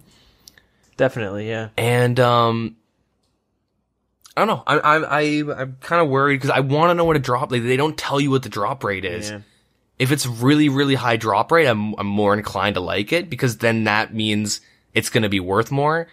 Like, it would just be shitty if you're an Iron Man. You're like, I want best in slot range. You, boom, just grab an Abbey whip and bring a bunch of food so you can get your bracelet and your charges. You just kind of like, going with nothing, get your bracelets, get your charges, and then go in like an off time with your bracelet and like 30, 100 charges. Oh, there you go. Sure. Got my Vem brace. That was easy. Or, I want to train range now. I want to go burst or chin some skeletons and go drop like 300k on it. It's like really anticlimactic for like the best in slot range gloves. Yeah, I don't know. Before we move on though, so are you okay with the defense requirement only being 40 and the range being only 70? I mean, I don't really care what the requirement is. I just know if it's over 42 or if it's like 42 or if it's 40, like let's say it's 43 or it's 46, people are going to be less inclined because Void Peers and Zerkers, you know what I mean? They're going to want to use them. And one defense Peers might whine about it, but because it's kind of buffing them. Yeah, I mean, that's where I get a bit iffy, to be honest, is the requirements because like... Well, what am I saying? Void Peers won't even be using it. What? What am I talking about? Void Peers. They won't be using these gloves. Oh, good point. They're going to be a full void. Yeah. But, yeah, I get iffy with the requirements because, like, we talk about power creep, and it just makes it, like... For me, I don't know. The requirements are always kind of like a staple. Like, sure, getting 80 defense might not be the hardest thing in the game with, NMZ and things like that. But, like, you have it barred at, like, the 80... I don't know. Just... It makes the entry level for, like, better experience per hour higher. Like, I know what you mean. Like, if you're a Zerker... And you're like, okay, now it's time to train range. Buy best in slot range gloves, which are better than your barrows. You buy black chins. You know what I mean? Like, and it's just a clear definer that these are the best in slot. Yeah, look at the stats required. I would maybe you know what I mean? Like to see a higher range requirement, 75 range or something. Even if it's 75 or like 80. Because my issue is like if they ever, I'm not saying they're going to be bringing another gloves like these, but like you know what I mean, like. Eventually, it just seems weird to never have another glove that's going to require 70 defense and 70 range. Yeah, then you know what I mean. How do you give the stats to that? Exactly. I mean, if this game were to be supported forever, like eventually, there's going to be a 99 defense, 99 range that gives 80 range bone. I know what you mean. How like it's the power creep and I don't know. They really need to be aware of. Yeah, exactly. It's tricky. Bringing in new items like this, especially in this way, is kind of weird. I'm kind of... But I get that if it's available to pures, it's going to be worth a lot more money. Yeah. You know what I mean? And it'll consistently stay at a higher price than if it was 70 defense required. If it was... So this is where you get tricky. I don't know. Yeah. So like as of right now, I'm neutral because I want to know the drop rates. I don't have any like calculators. I could just input a bunch of range, like a bunch of stats in. Like I don't have anything like that, so I can't even tell you what exactly this would do when you equipped it in terms of accuracy and damage it gives you. But I don't know. The poll question is, if Revenant Caves are added to the game, should you be able to get these gloves? They're tradable, best in slot for range, and they would require 40 defense, 70 range to equipped. Anyways, do you want to move on? Let's see what else we got going on. We're going to change it up a bit. We got some loot key scrolls to talk about. So they say they're bringing Dead Man mode to Wilderness. So about 2 weeks from now, or from this update, there'll be like 20 people on. Yeah. But, so they're bringing Dead Man to Wilderness, and, well, a part of it. The loot key scroll is a tradable item. The experience rewards are going to be available in the Wilderness. Yeah, they're going to give you 50 times experience when you die. You die only in the Wilderness, you lose your stats. So while you're holding this loot key scroll, you do get, 50 times experience, but if you die, they take your whole bank. Yeah. They say they're trying to rejuvenate the Wilderness with this update, just sever it so hard with an update like that. You're gonna find muling CCs where you find mules that you give all your shit to and hope they don't scam you, and you go train for 2 hours and max out. Oh god, what a horrible idea that would be. Yeah. Coming in RS3 though. No, but the loot key scroll is a tradable item dropped by the Revenants. within the cave, and they can be redeemed at Crystalia, the Edgeville Witch. I think she's a Slayer Task woman, female. She's not a girl, she's a woman. But, well, could be a they. Come on now. Yeah, giving players the ability to toggle loot keys. Loot keys turn all the loot you'd normally get from a player in the wilderness or PvP worlds into the form of a key. They'll use up an inventory slot. You can have 5 keys, after which PvP drops will revert to normal. Keys can be redeemed at a bank, similar to Dead Man keys. Killing another player who has loot keys would assign you to their most valuable keys. If you already have a number of keys in your inventory, you will receive the most valuable keys, so you're holding 5. So do they just get scrapped for that person who died, or does he keep those 2 keys? I think they would get scrapped. Like, it would work in like Dead Man mode. If I have 4 keys and you have 4 keys, and you kill me, all those keys disappear. You would have 5, but out of the total 8, you'd get the 5 best keys in terms of bank value. So you kill somebody, and all the inventory they have and their equipment turns into 1 key that you can exchange in the bank. Yeah. You can hold 5 keys, but let's say you have 3 keys, and then you kill someone else who has 3 keys. That 1 key just gets scrapped, or does it turn into the items? They don't say it here, but it seems odd to just it will lose say that. you will receive the most valuable keys until you're holding 5. Yeah. So when you kill a player, you get their most valuable keys. If you already have a number of keys in your inventory, you'll receive the most valuable keys till you have 5. And then, so I don't know if those items, I'm pretty sure it would work like Dead Man modes until you have 5. Mm-hmm. And then, and then if it seems weird to just suddenly these items are scrapped from the game just because you already have. I know there's not going to be a lot of people that have 4 keys and they're running around looking for someone else with keys and stuff like that, but I'm sure it'll happen at least once, right? Yeah, I think it would work like Dead Man, where the keys would get scrapped, because what are the chances you kill someone and lose 3 mil? Generally, the people you kill, most people I know that do shit in the wilderness risk 100K. Apparently I'm stupid for risking 500K when I go do KBD, even if it's only for 5 seconds and I'm in the wilderness. But so generally, you're not going to lose that much money, and it's just going to be kind of for convenience, because you're going to be killing people just doing revenants, right? Let's just say this works in the within the cave and stuff, and you're killing players that are killing these revenants, and then you kill a PKer that also had been. It would be kind of weird that 1 million items dropped in 1 stack. Yeah, I guess. So it would only it would be fuck, look at all these, and then you're a player walking by and there's 3 sets of full mystic. And you're fuck loot. I think it would, the keys kind of just work until you have full inventory of keys. You got 5 keys. And then if you kill someone, instead of them turning into a key, their items drop. That's what happens. But I don't know if they have, and I suppose I don't know if they have a key. I don't know if they would also have a key, exactly what would happen, but I'm just going to assume it works like Dead Man mode.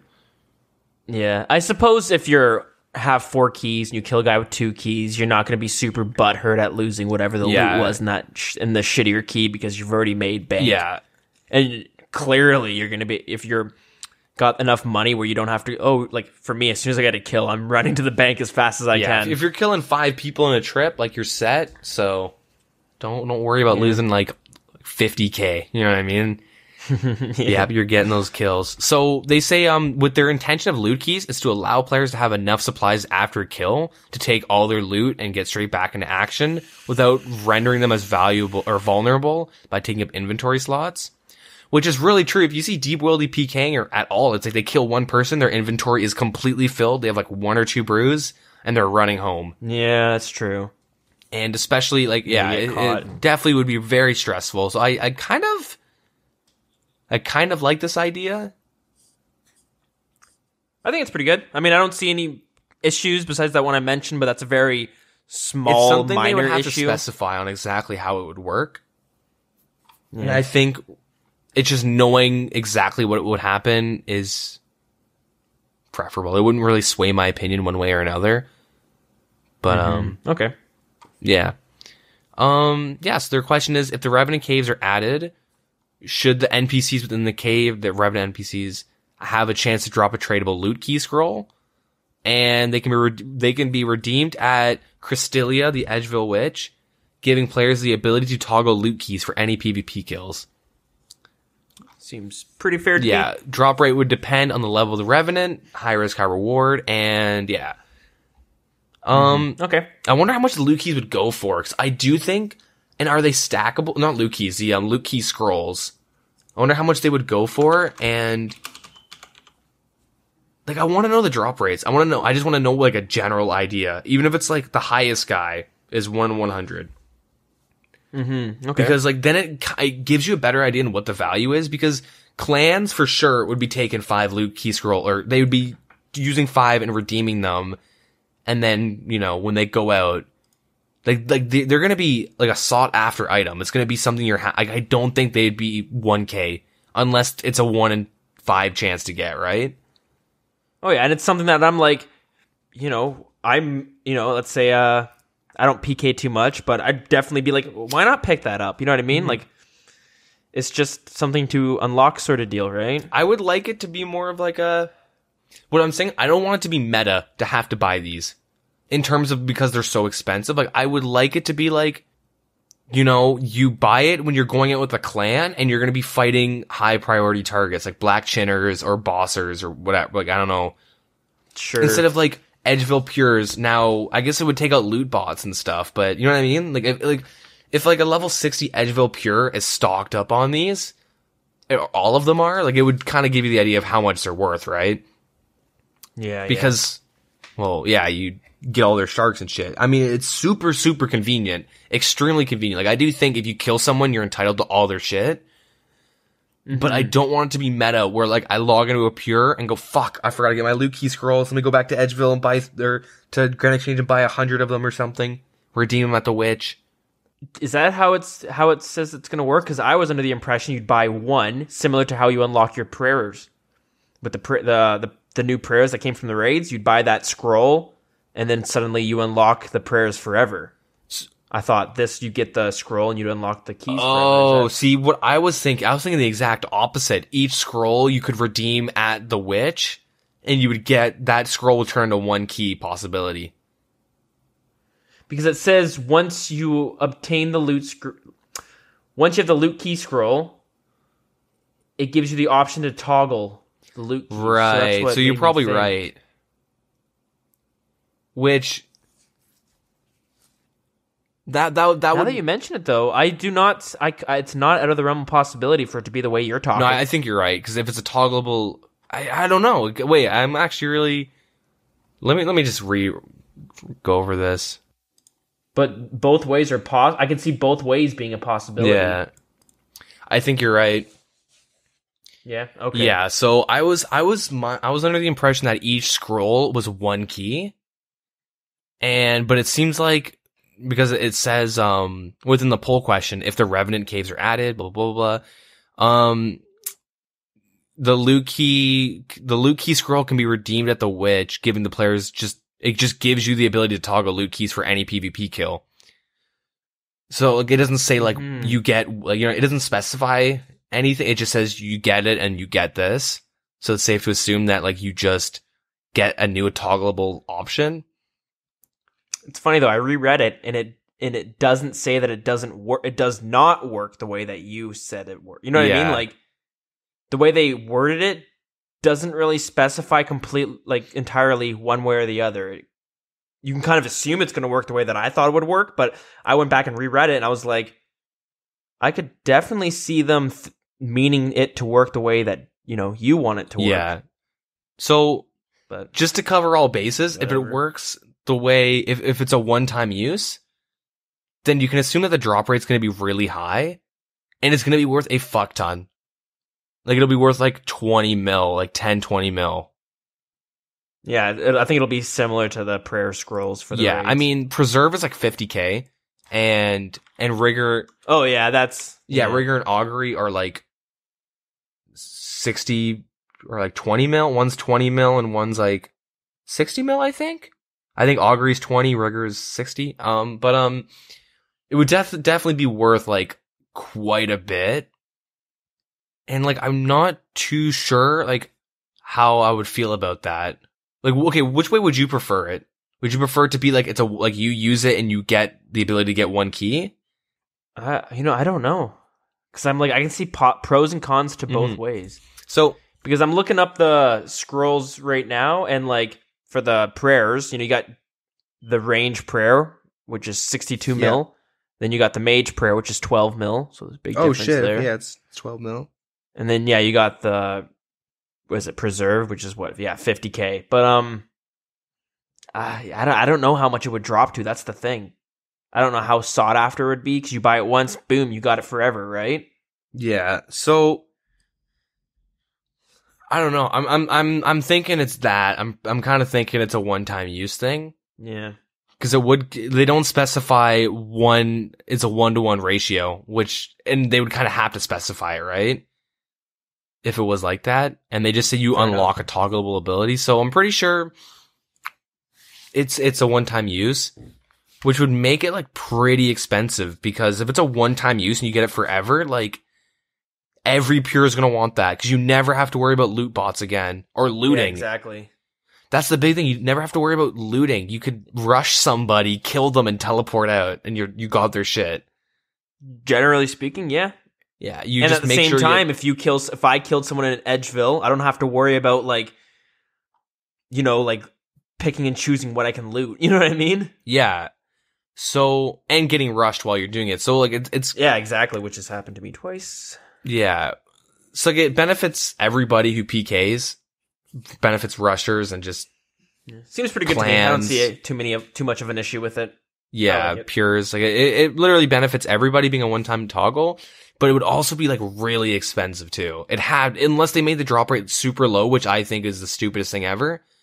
I do think they should make it a really high drop rate. Like, make it like as expensive as like Rigor or something. Like, even if it's like 30 or 40 mil for it, like that's so much, but think of how useful that is. Yeah, exactly. Like, okay, it would take you a long time to make that money back in terms of like food. You'd be making like 20k in food that you're picking up. Yeah. Each time. So it'd be a lot of kills you need, but it's all about convenience. Oh yeah. And that's, people pay for convenience. Yeah. I do think if they implement this, they should make it worth a fuck ton and make it the toggleable. Mm-hmm. The way I was thinking about it does kind of seem silly now, but fair enough. Yeah. So I do like I like the idea that everyone is entitled to the loot they get, and I do like how it gets rid of like looters and loot bots. But it does take away a big aspect to RuneScape. But I am implying that if everybody had it, which is not really fair to do. Yeah, but at the same time, it's strictly PKing, right? So it would just change the meta a bit. Like, I don't think people are going to be like, man, I miss, this or that. Although I will say the amount of times I'm going to KBD or something, or I don't even remember what I was doing. I was maybe doing a clue scroll or let me think. What was I doing? I don't remember. I was doing something though, and I was running through the wilderness, and I just see a fucking stack of like some sharks and potions and like some black D-hide, and I was like, I should world hop. You know what I mean? That's something I do like though, because I've had the same thing where I teleport to KBD and I see like 3 bodies, and I'm like, oh fuck! Like, I like that.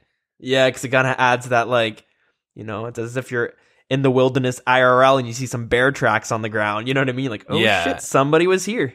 Yeah, like, I should have watched my ass. Or if you're a PKer, you're just like, dude, some guy's got some extra loot. Let's go find this motherfucker. Yeah.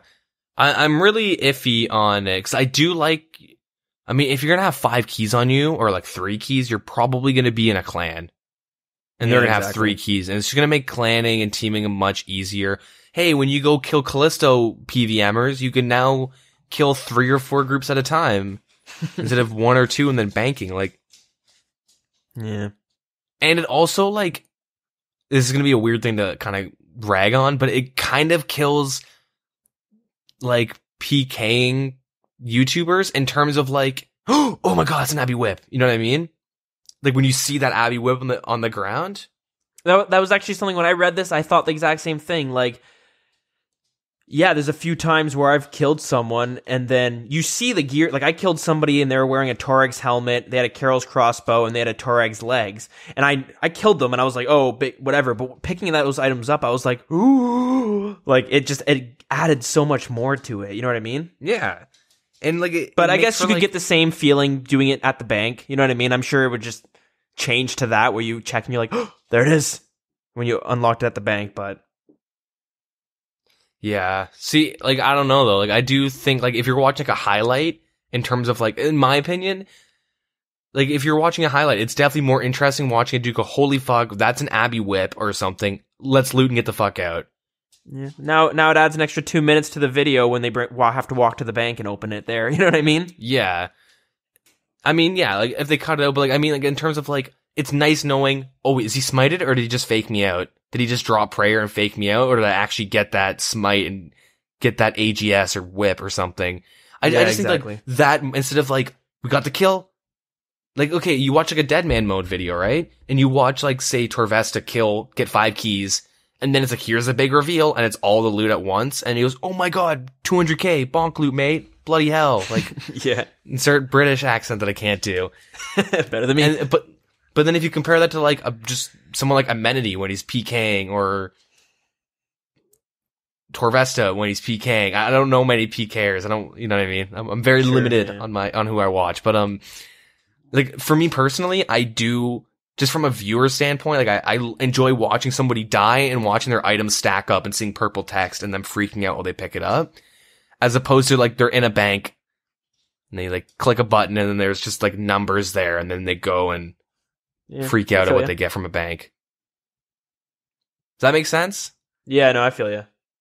Yeah, what's your opinion on that? Is there, like, a preference for you? I mean, like I said, I'm so used to it, you know, seeing it on the ground and shit. And remember back in the past, we were like being a shitty PKer with a couple other people and killing some guy and like, dude, we got the whip.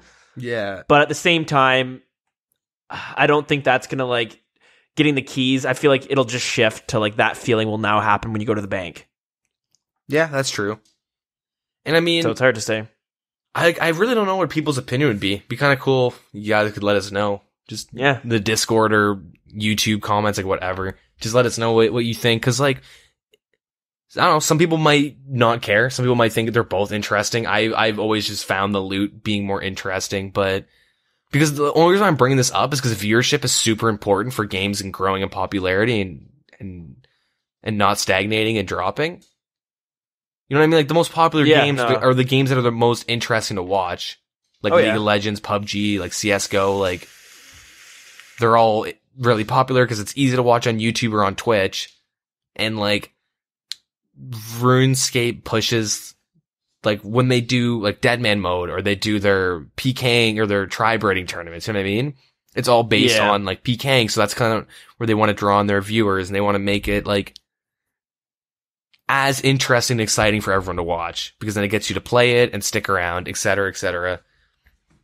Yeah, I don't know. It's hard to say. Yeah, let us know. The reason why I go on about it is because it sounds like a small thing, but it really changes like one complete aspect of like the game. See, I don't think it changes it. I just think it shifts it from it happening right at that moment to it happening when you go to the bank, which sure, the adrenaline might have died down by then. So I don't know, but like, I don't personally see it being as big of a deal, but because like you'll still get that feeling when you know what I mean? Even viewing it, I'll still be excited to see when they turn it in at the bank to see it. Yeah. And now, unless you die, you get killed on the way or something. That's another story, but. Yeah, if you can't insta-tell you after the kill, it's a different story. But yeah, so yeah, the poll question, I kind of went over it, but should this be in the game? Yeah, pretty much. Drop rate increase is dependent on the Revenant killed, the level of them. Mm-hmm. Okay, so next up, we have PvP armors. So, by far the most iconic drops in the Revenants had were the Ancient Warriors equipment, also known as the PvP armor, and weapons. We cannot offer the weapons, but we'd like to bring back the old armors, known as some of the best offensive gear in the game, and they come with a great cost. So each piece of PvP armor, they're tradable until they're used in combat, like barrows. So if you take a hit, they become degraded and whatnot. But with the PvP armor, you can't repair them, and once they degrade, they disintegrate. Okay, interesting. Each piece of PvP armor requires 78 defense and would last 1 hour of combat before fully disintegrating. No special bonuses for having a full set. So 1 hour of combat, I just want to say this quickly. That's a long time.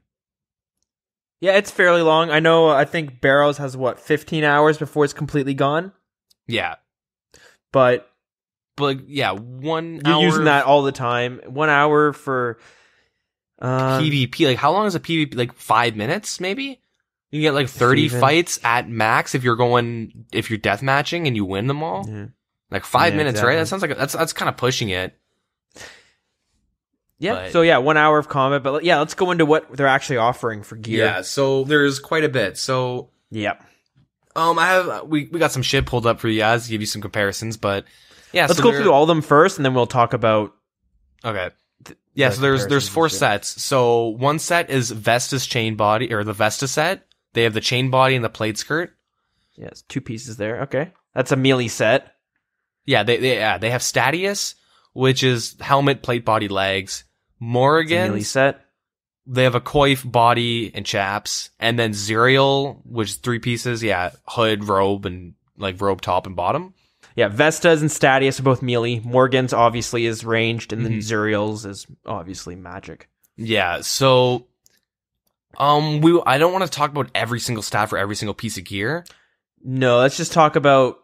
We'll do like a bit for bit. So like, okay, so I was looking at these pieces of armor, and I immediately kind of like started sweating. I was like, "Whoa, shit!" Yeah, I see some issues. These are really strong.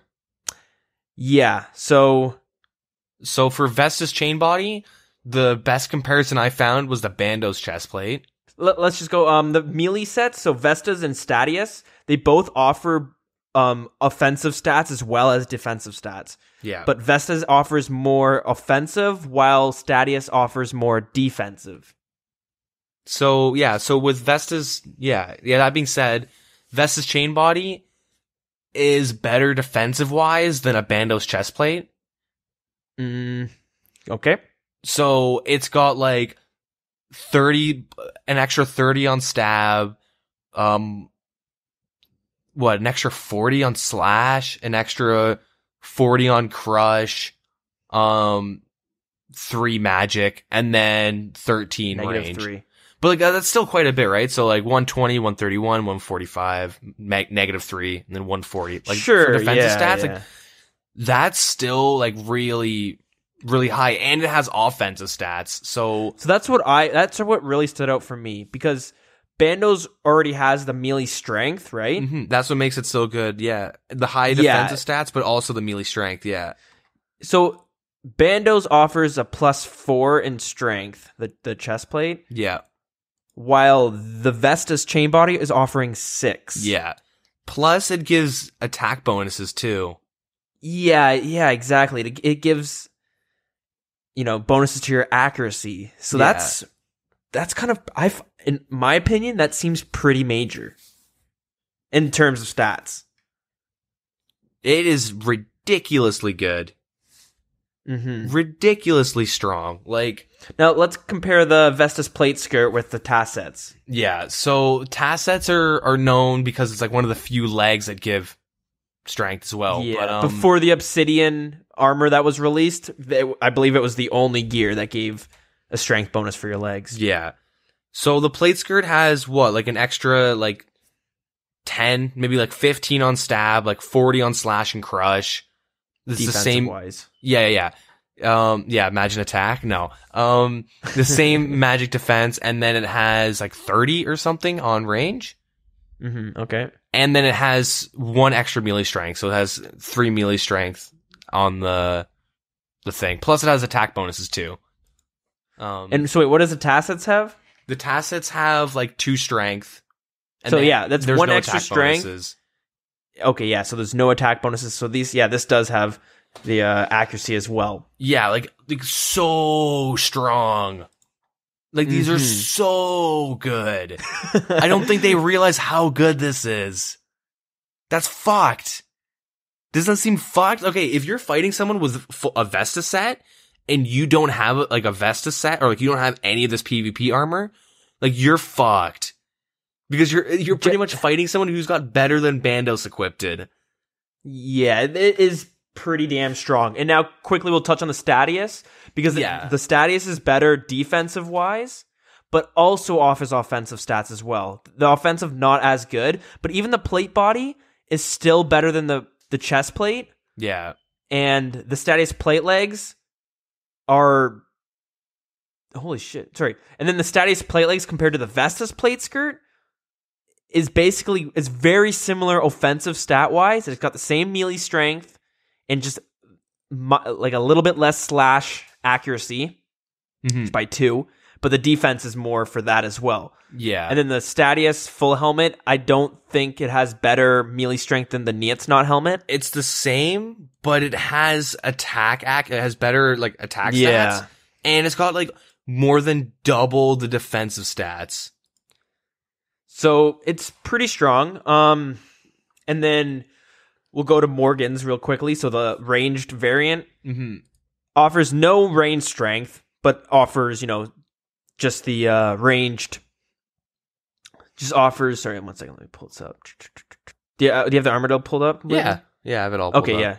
So, yeah, with the Morgans, it's like it's a 3 set piece, and I pulled up Armadillo for like a comparison. So the Armadillo helmet gives you plus 10 like attack accuracy. This gives you 13. There's no range strength bonus on either of them.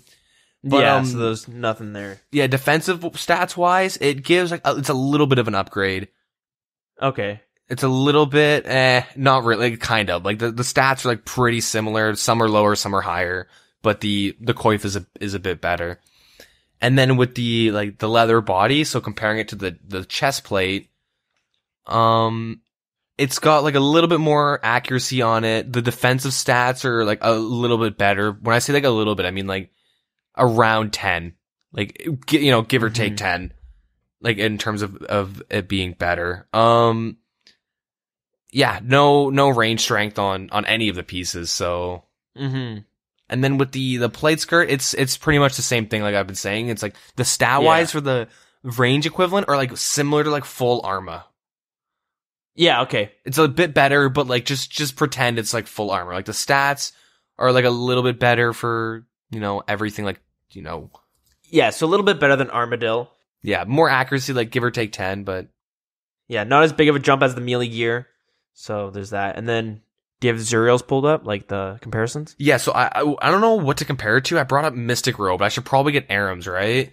Yeah, Tri-Breeders are normally sticking in Arams, right? Yeah, so I'll bust out some. I mean, I have both of them, but I'll bring this up. So comparatively, so yeah, now we're going to talk about Zuriel's and compare that with Arams real quickly. So you got the stats there? Yeah, so attack wise, like it's got less accuracy for Aram's hood to Zuriel's hood. And what's Aram's at? Aram's is at 6, Zuriel's at 8. Oh, okay, so it is. Sorry, I thought you had it the other way around. Oh, sorry. I meant to say like it's a little bit like better. I mean, yeah, it's a tiny bit better. Yeah, okay. And then like defensive wise, it's got like, give or take 4 or 5 stats on defensive in terms of melee. And then there's like no range bonuses or anything. It's just like a tiny upgrade from Aram's. And then the robe skirt and the robe bottom, so Zuriel's robe bottom to the skirt is pretty much the same thing as like, the defensive stats are very similar. There's no mage bonus or anything like that. There's magic attack, which is like 3 more than the Aram's legs. So it's 25 attack accuracy. I mean, it'd be weird if it had a magic damage bonus. It'd be a little bit broken now that I say it out loud. Yeah. But a little bit more accurate. Ancestrals. Yeah. If it's a bit more accurate, so it kind of means more that it's mage though. But it's more important that it's more accurate, but like it's still like pretty close. And then sorry, I was looking at the wrong thing. So the Zuriel robe top has 5 more attack damage or attack accuracy for magic than the Aram's top. And then give or take like 10 defensive stats again. So like, yeah, it's like, so all these are pretty similar except for the melee. The melee's fucked. Yeah, this is where I'm confused because the mage, it's a slight step up, very very minor compared to the Arams, but at the same time, magic is capped at a damage, so you don't have to worry about the damage increasing. Now this is just more of the accuracy. Yeah. Then with the ranged, it's a little bit of a bigger step up from the Zuriels because not many people are PKing in armadillos. Yeah. You know what I mean? Like, so it would actually probably be better to compare it to Dragonhide. Yeah, but I just wanted to compare it to its counterpart, that's already in the game. Yep. Because I looked into this and then I went and tried to find a discussion going on and try to create one myself because I wanted to get opinions of with all the things. Because the problem is like when I went through this dev blog, I realized how basically ignorant I am when it comes to the wilderness. Mm-hmm. Sometimes I have trouble thinking if things are going to be an issue or not. Because sure, I PK and stuff, but I'm not like huge in the PK community. Yeah, you're not waking up to one tick 4-way swapping. You know what I mean? Yeah. So when something gets added to the game, sometimes it's hard for me to tell like how big of an impact this might actually create. Yeah. So, just like with the Revenants, when we were talking about the loot keys, where I said like, or with all the gear, with this included, with the Varial being PKers, I can only assume how popular of a PK spot it will be. I'm sure it will be a popular PK spot, but I don't know if it'll be on to the extent that Callisto is. Where Callisto is like, I went and killed Callisto last week, and I killed one, and then I saw a PKer, and I got killed like 3 times, and every time I got maybe 1 kill and was able to run away. But you would always see a PKer at some point when you were there, basically. I mean, there was a little long back in the day. My 2 buddies would ask like, "Hey, Deagin, you want to come to Callisto?" And I would immediately start complaining. I don't want to get fucking PK'd. Yo, that sounds funny. You guys want to get PK'd at Callisto? And I'd just like be like bitchy about it. Jokingly, but still like not happy with it. But I know what you mean in terms of popular. So, but anyways, so the 2 ranged mage are step ups, but not as big of step ups as the fucking melee is. Yeah. So when I saw the melee, I was like, holy shit, this seems huge. I took a double take on the Vestas because the Vestas is like the offensive counterpart to Statius. Statius is more defensive, but the Vestas, it's like the defensive stats are fucked. Like they're fucked. Okay, have you been into a tournament realm and as a joke wore max strength gear against your buddy and it's like either you're one-shotting or you're not hitting? Someone's getting KO'd. It's like, I don't know, like, so I think Zuriels is the best to kind of visualize how much of an upgrade it would be, which is a little bit, because people, when they're tri-braiding and shit, they're bringing Arams. They bring Mystics, but like a lot of them do bring Arams. It's pretty popular. And then they'll bring like D-Hide. They're not going to bring Carols. It's too expensive. So like the range upgrade would be pretty huge because going from D-Hide to this, and it's better than Arma. So just imagine wearing full Armadillo and then a little bit better. But then like Statius, like who the fuck PKs in full Bandos with a Serp helm or like a Nietzsnot helm? And they're not declaw rushing insta-tellying. You know what I mean? Yeah. So when I had seen these, my instant thought was like, and we just talked about this. We've talked about it in the past. And like, this is where I got confused. And it kind of made me think of our conversation last week where you said like, somebody makes a point and you like, I don't know how you would describe that, but like you find yourself agreeing with somebody's argument, which you might not normally agree with. Yeah. Right? Yeah, I know what you mean. Now, I didn't get this with this post, but I just saw this and I instantly thought of like the power creep that kind of happened with the Raids update last year. Yep. They wanted to release this armor called Twisted Armor and Elder Armor, which had no strength bonuses. The Elder Armor was the melee version, had no strength bonuses, but it had accuracy bonuses. And it degraded and you would recharge it somehow. Yeah. But people were like, I saw a big argument was like, no, we don't need this armor because this is like people are worried about power creeping where you release this armor and then the next year when Raids 2 comes out, if you want to release some more armor, then it's got to be, generally it's got to be stronger than the last armor. Yeah. And the next thing you know, you have people who can declaw rush and one hit you, which is, we know how bad declaws used to be where like, I know there's an argument where like the curse prayer versions were able to help you with that, but that still. was the main argument, but that was a bullshit argument because that's not in the game. People are getting one-shotted by declaws all the time right now. It's pretty strong. And so... And now imagine... I saw these, and, like, my first worry is... Yeah, it's bad when, like, yeah, you might have people PKing. It's going to be really hard because they're going to be really strong. But my problem is, like, people can rush you right now and do a lot of damage. Like I was saying, you can hit a 78 without... you can hit, like, a 78 with Armadil, and I don't think the Armadil Godsword. And that's not even considering, like, full bandos with a Niet's not helm. Oh, the Niet's not helm is there, but... that's not even considering bandos and shit, right? Yeah, like, if you look up Torvesta, he's got, like, a couple videos of him rushing people on an account that has full Elder, Tormented, he Ancient Barrages, and will, like, G-Maul with an Elder Maul or something, right? I'm just using him as an example because, like, if you're listening, you can literally just look up Torvesta rushing, and you'll find, like, this account that he uses. And, he just one-shot, he barrages for, like, a 30+, and then he goes in and G-Mauls and they're dead. He hits like 40s with his fucking G-Maul. And like, that's wearing like range gear, and he does some strength piece swaps, but like that guy's also a pure too. So keep that in mind. Mm-hmm. But like, and it happens, well, every time I've gone PKing on my main, I've had somebody try and rush me in full Bantos, Serp Helm, and a Declaw. I don't know if it's the same dude. I would not be surprised, but I literally... I'll see the guy, like, lingering around me, and I just hover over Protect Melee and just make him waste a spec and telly. Mm-hmm. And I see people, like, at max level getting, like, rushed. Like, it's happened to you. You're not max, but you're pretty, like, you have high stats. Like, you have, like, you're pretty much, like, max health, or no, you are max health. 98, pretty close. Yeah, pretty much.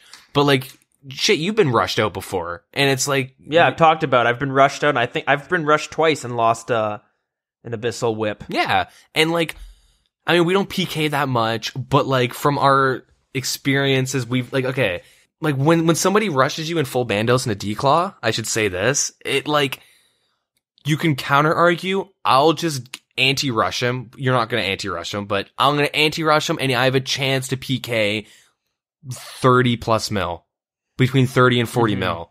Like, if I just get the Bandos pieces because he's Scald and he keeps his claws. So if you kill a guy in full Statius or Vesta, how much money are they dropping? Because they specify falling to another player whilst wearing the PvP armor, the killer gets gold based on how much the armor is degraded. Yeah. So is like, if I kill someone wearing full Vesta and it's, you know, let's say it's fully charged, are they dropping 30 mil? I don't think so. Yeah. I highly doubt they're dropping 30 mil, which would... Because Void right now, I know Void is it's not as good, but there's not many untradeable items that are being brought into the Void. wilderness. You know what I mean? Like, Void has been out forever, and it was too good, so they nerfed it because of the ballista. Yeah, when you kill somebody, you're probably going to get like 120k, maybe 200, depending on what items they actually brought that are untradeable, right? Like 120k That's Fire Cape. Yeah, you'll get like 120k if you kill like a Voider, generally. And, like, 120k is, like, a safe number, and it's full Void. I know it's, like, whatever, but, it got nerfed because it was too good. So, like, that's just, you know, it was really good because it actually nothing gets nerfed in this game. Like, Jesus. Mm-hmm. But, like, so, like, it's not going to drop 30 mil. Like, you're not going to kill someone in Vesta. They're not dropping 30 mil cash because that is stupid because that's so much money being thrown in the game. But... Mm-hmm. So... While we're talking about, so I mentioned that I saw a number of issues with this, and I went back and tried to do some research, because I wasn't really playing during the era when these got released. Yeah. So I kind of had to go and see other people's perspective. But a problem that I had read that happened back in the day was when you kill somebody with this armor, it's just dropping, it's being destroyed, and in replaces money's dropping. Yeah. It's just bringing in free money now. Yeah. Like, it kind of screws with the economy a little bit. Yeah. Because with like the Fire Cape, when you get killed, you drop some money for the person, but then you have to go spend money to get it repaired. Yeah, so I'm just going to throw a random number, but generally, let's say I'm in full Void and I die, and I drop you 120k, it would cost me 150 to repair it. Oh, yeah, okay, yeah. So like 30k is being lost in that transaction, but because Vestas is being... I'm just going to use Vesta because that is just pissing me off the most of all these. I mean, Statius is too, but Vesta's been pissing me off the most, so I'm going to pick on it.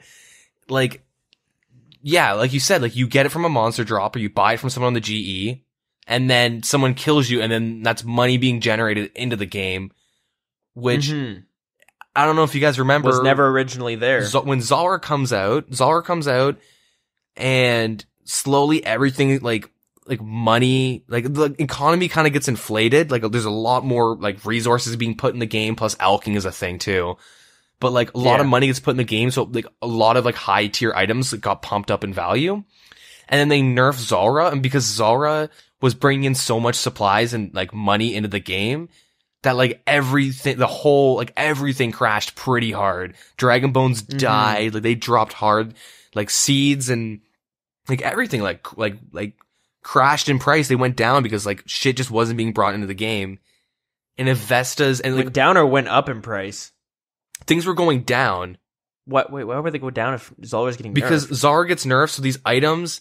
Okay, so let's say but less is being brought in. Yeah. So let me explain it. So it's really weird. So there's sharks being pumped into the game, and let's say that sharks at one point were like 1.2k, and then Zalra comes in and they drop down to 1k because so many raw sharks are being put into the game.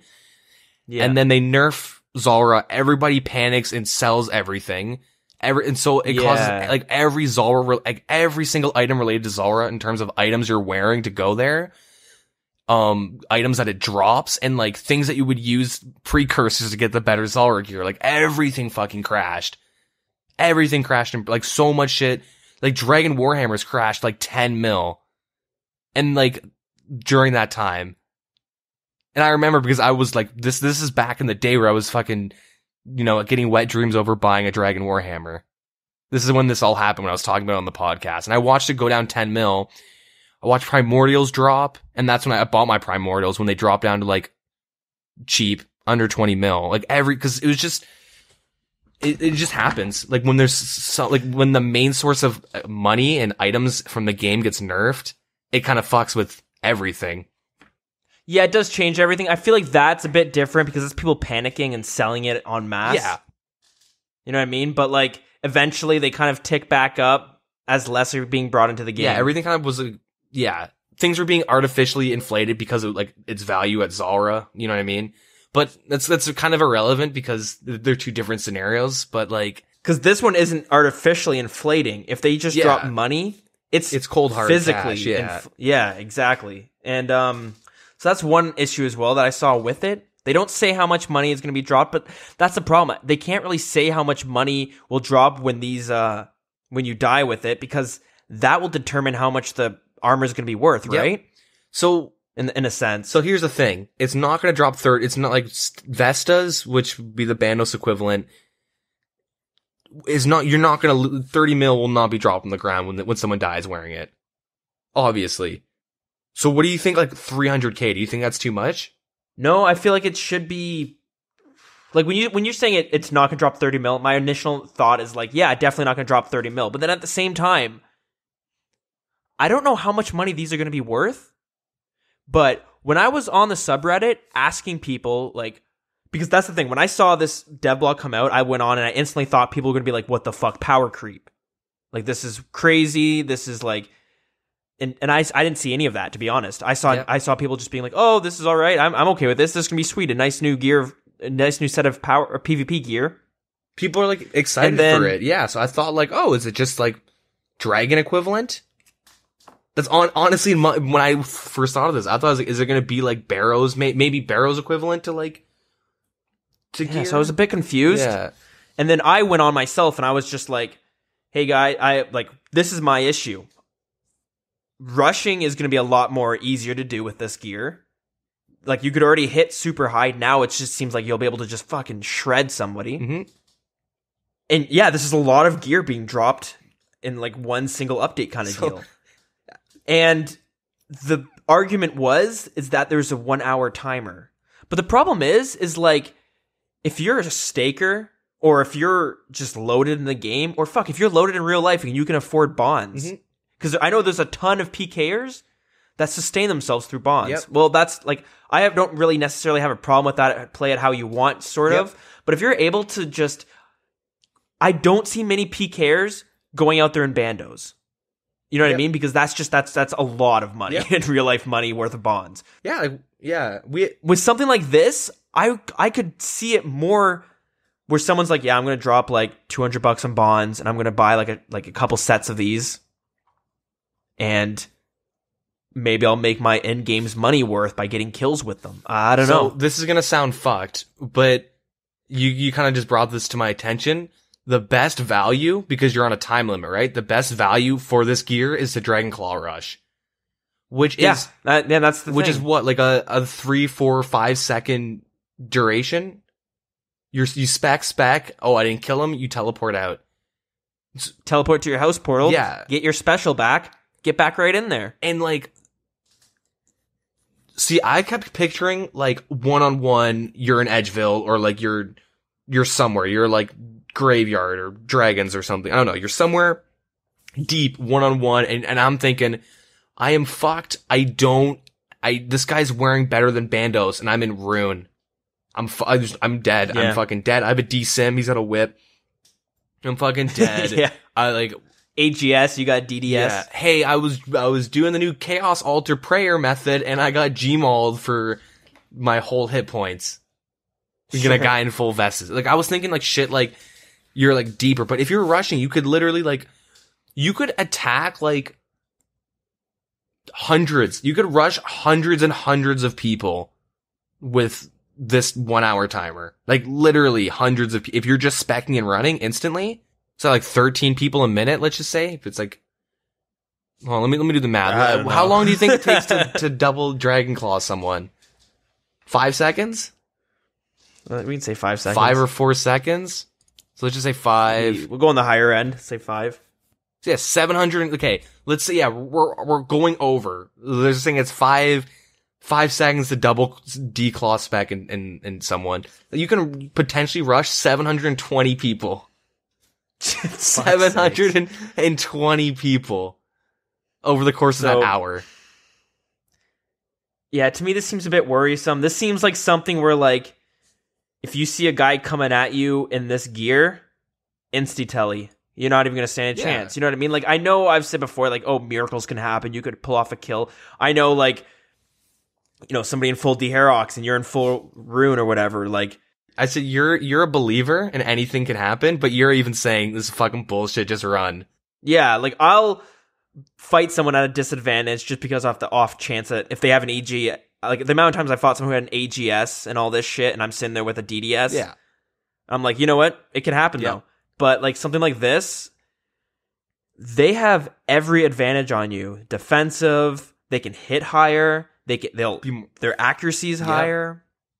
I don't know. It's hard to say. And now the argument that I had for it was just like, well, the melee strength is only going to give a couple hits, which is like, okay, so you can hit low 80s now, which is fuck. That's still okay. Whatever. I'm just saying with an AGS spec, but.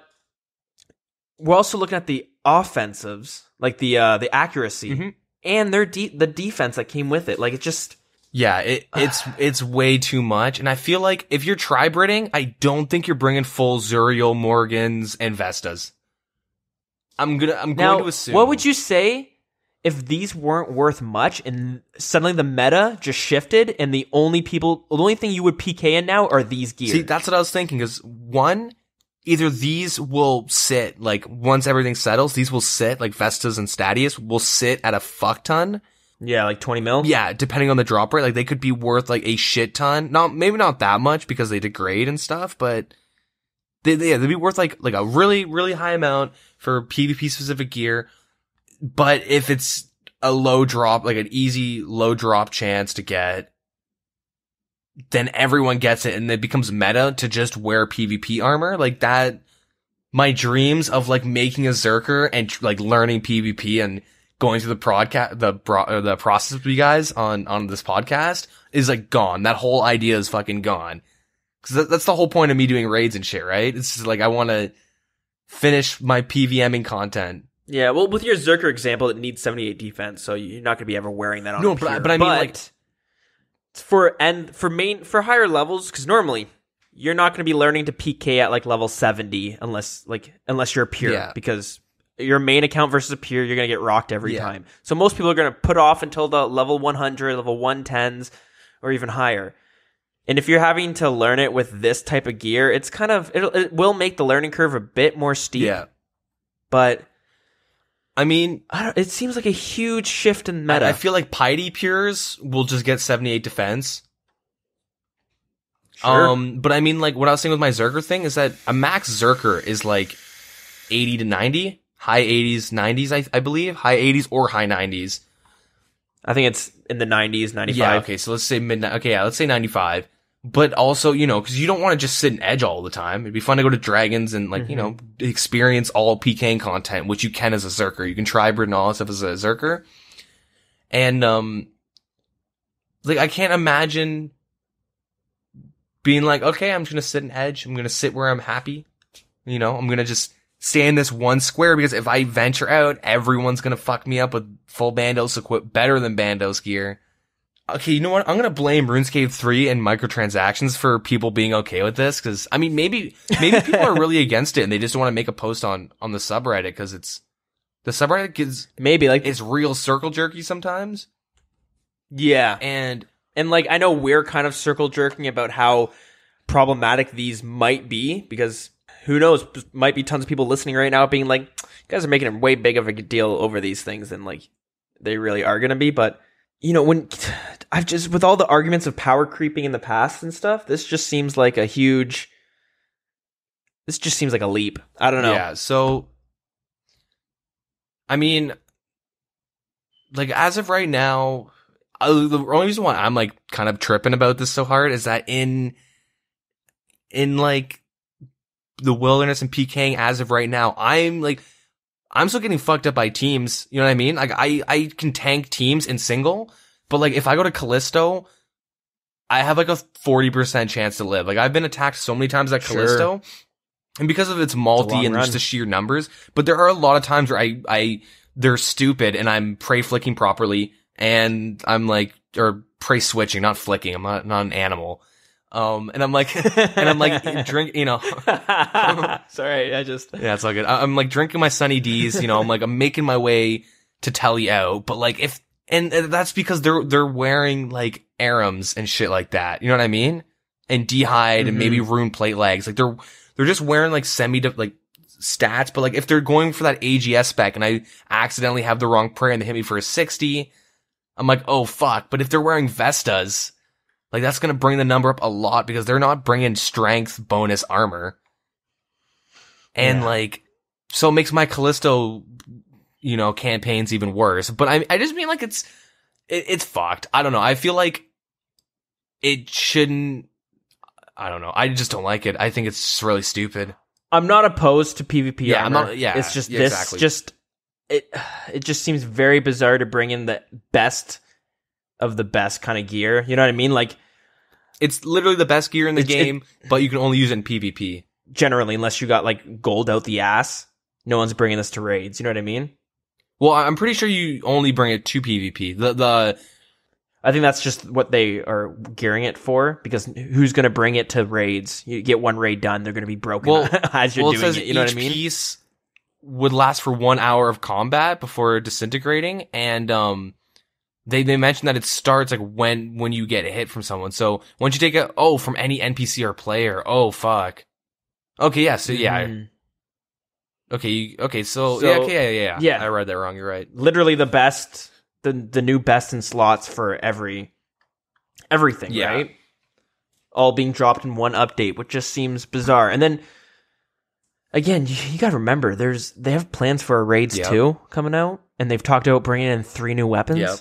And armor. So you know what I mean? Like, you start adding all these numbers up and you're just like, I mean, if someone was lucky, they could hit a 99. I'm not saying that could happen, but it can happen though. As of right now, it can happen. Okay, yeah. Well, this was specking and stuff, but yeah, exactly. Well, like with Daroks and shit. If you're Darok bombing and max strength, you can literally hit 99s on people.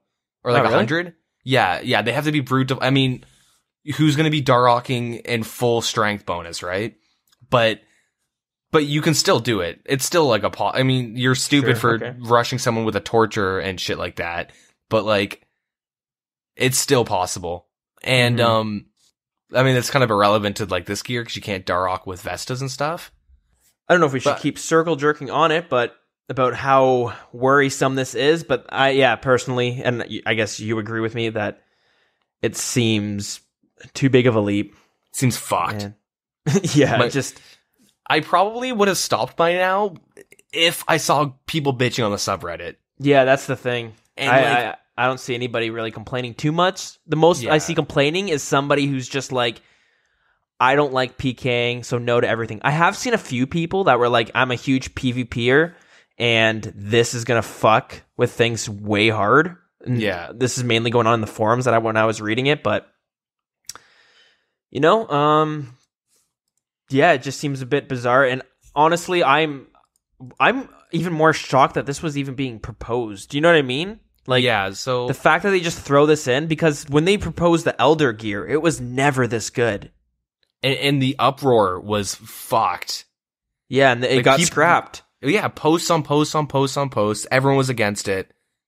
Yeah, and like, I'll quickly go over, if you don't remember about the Elder gear, it had no strength bonuses that we already mentioned, and it was just basically it was an offensive gear that was just meant for you to hit more accurately. Yeah. You know what I mean? More consistently. Yeah, but you weren't hitting higher.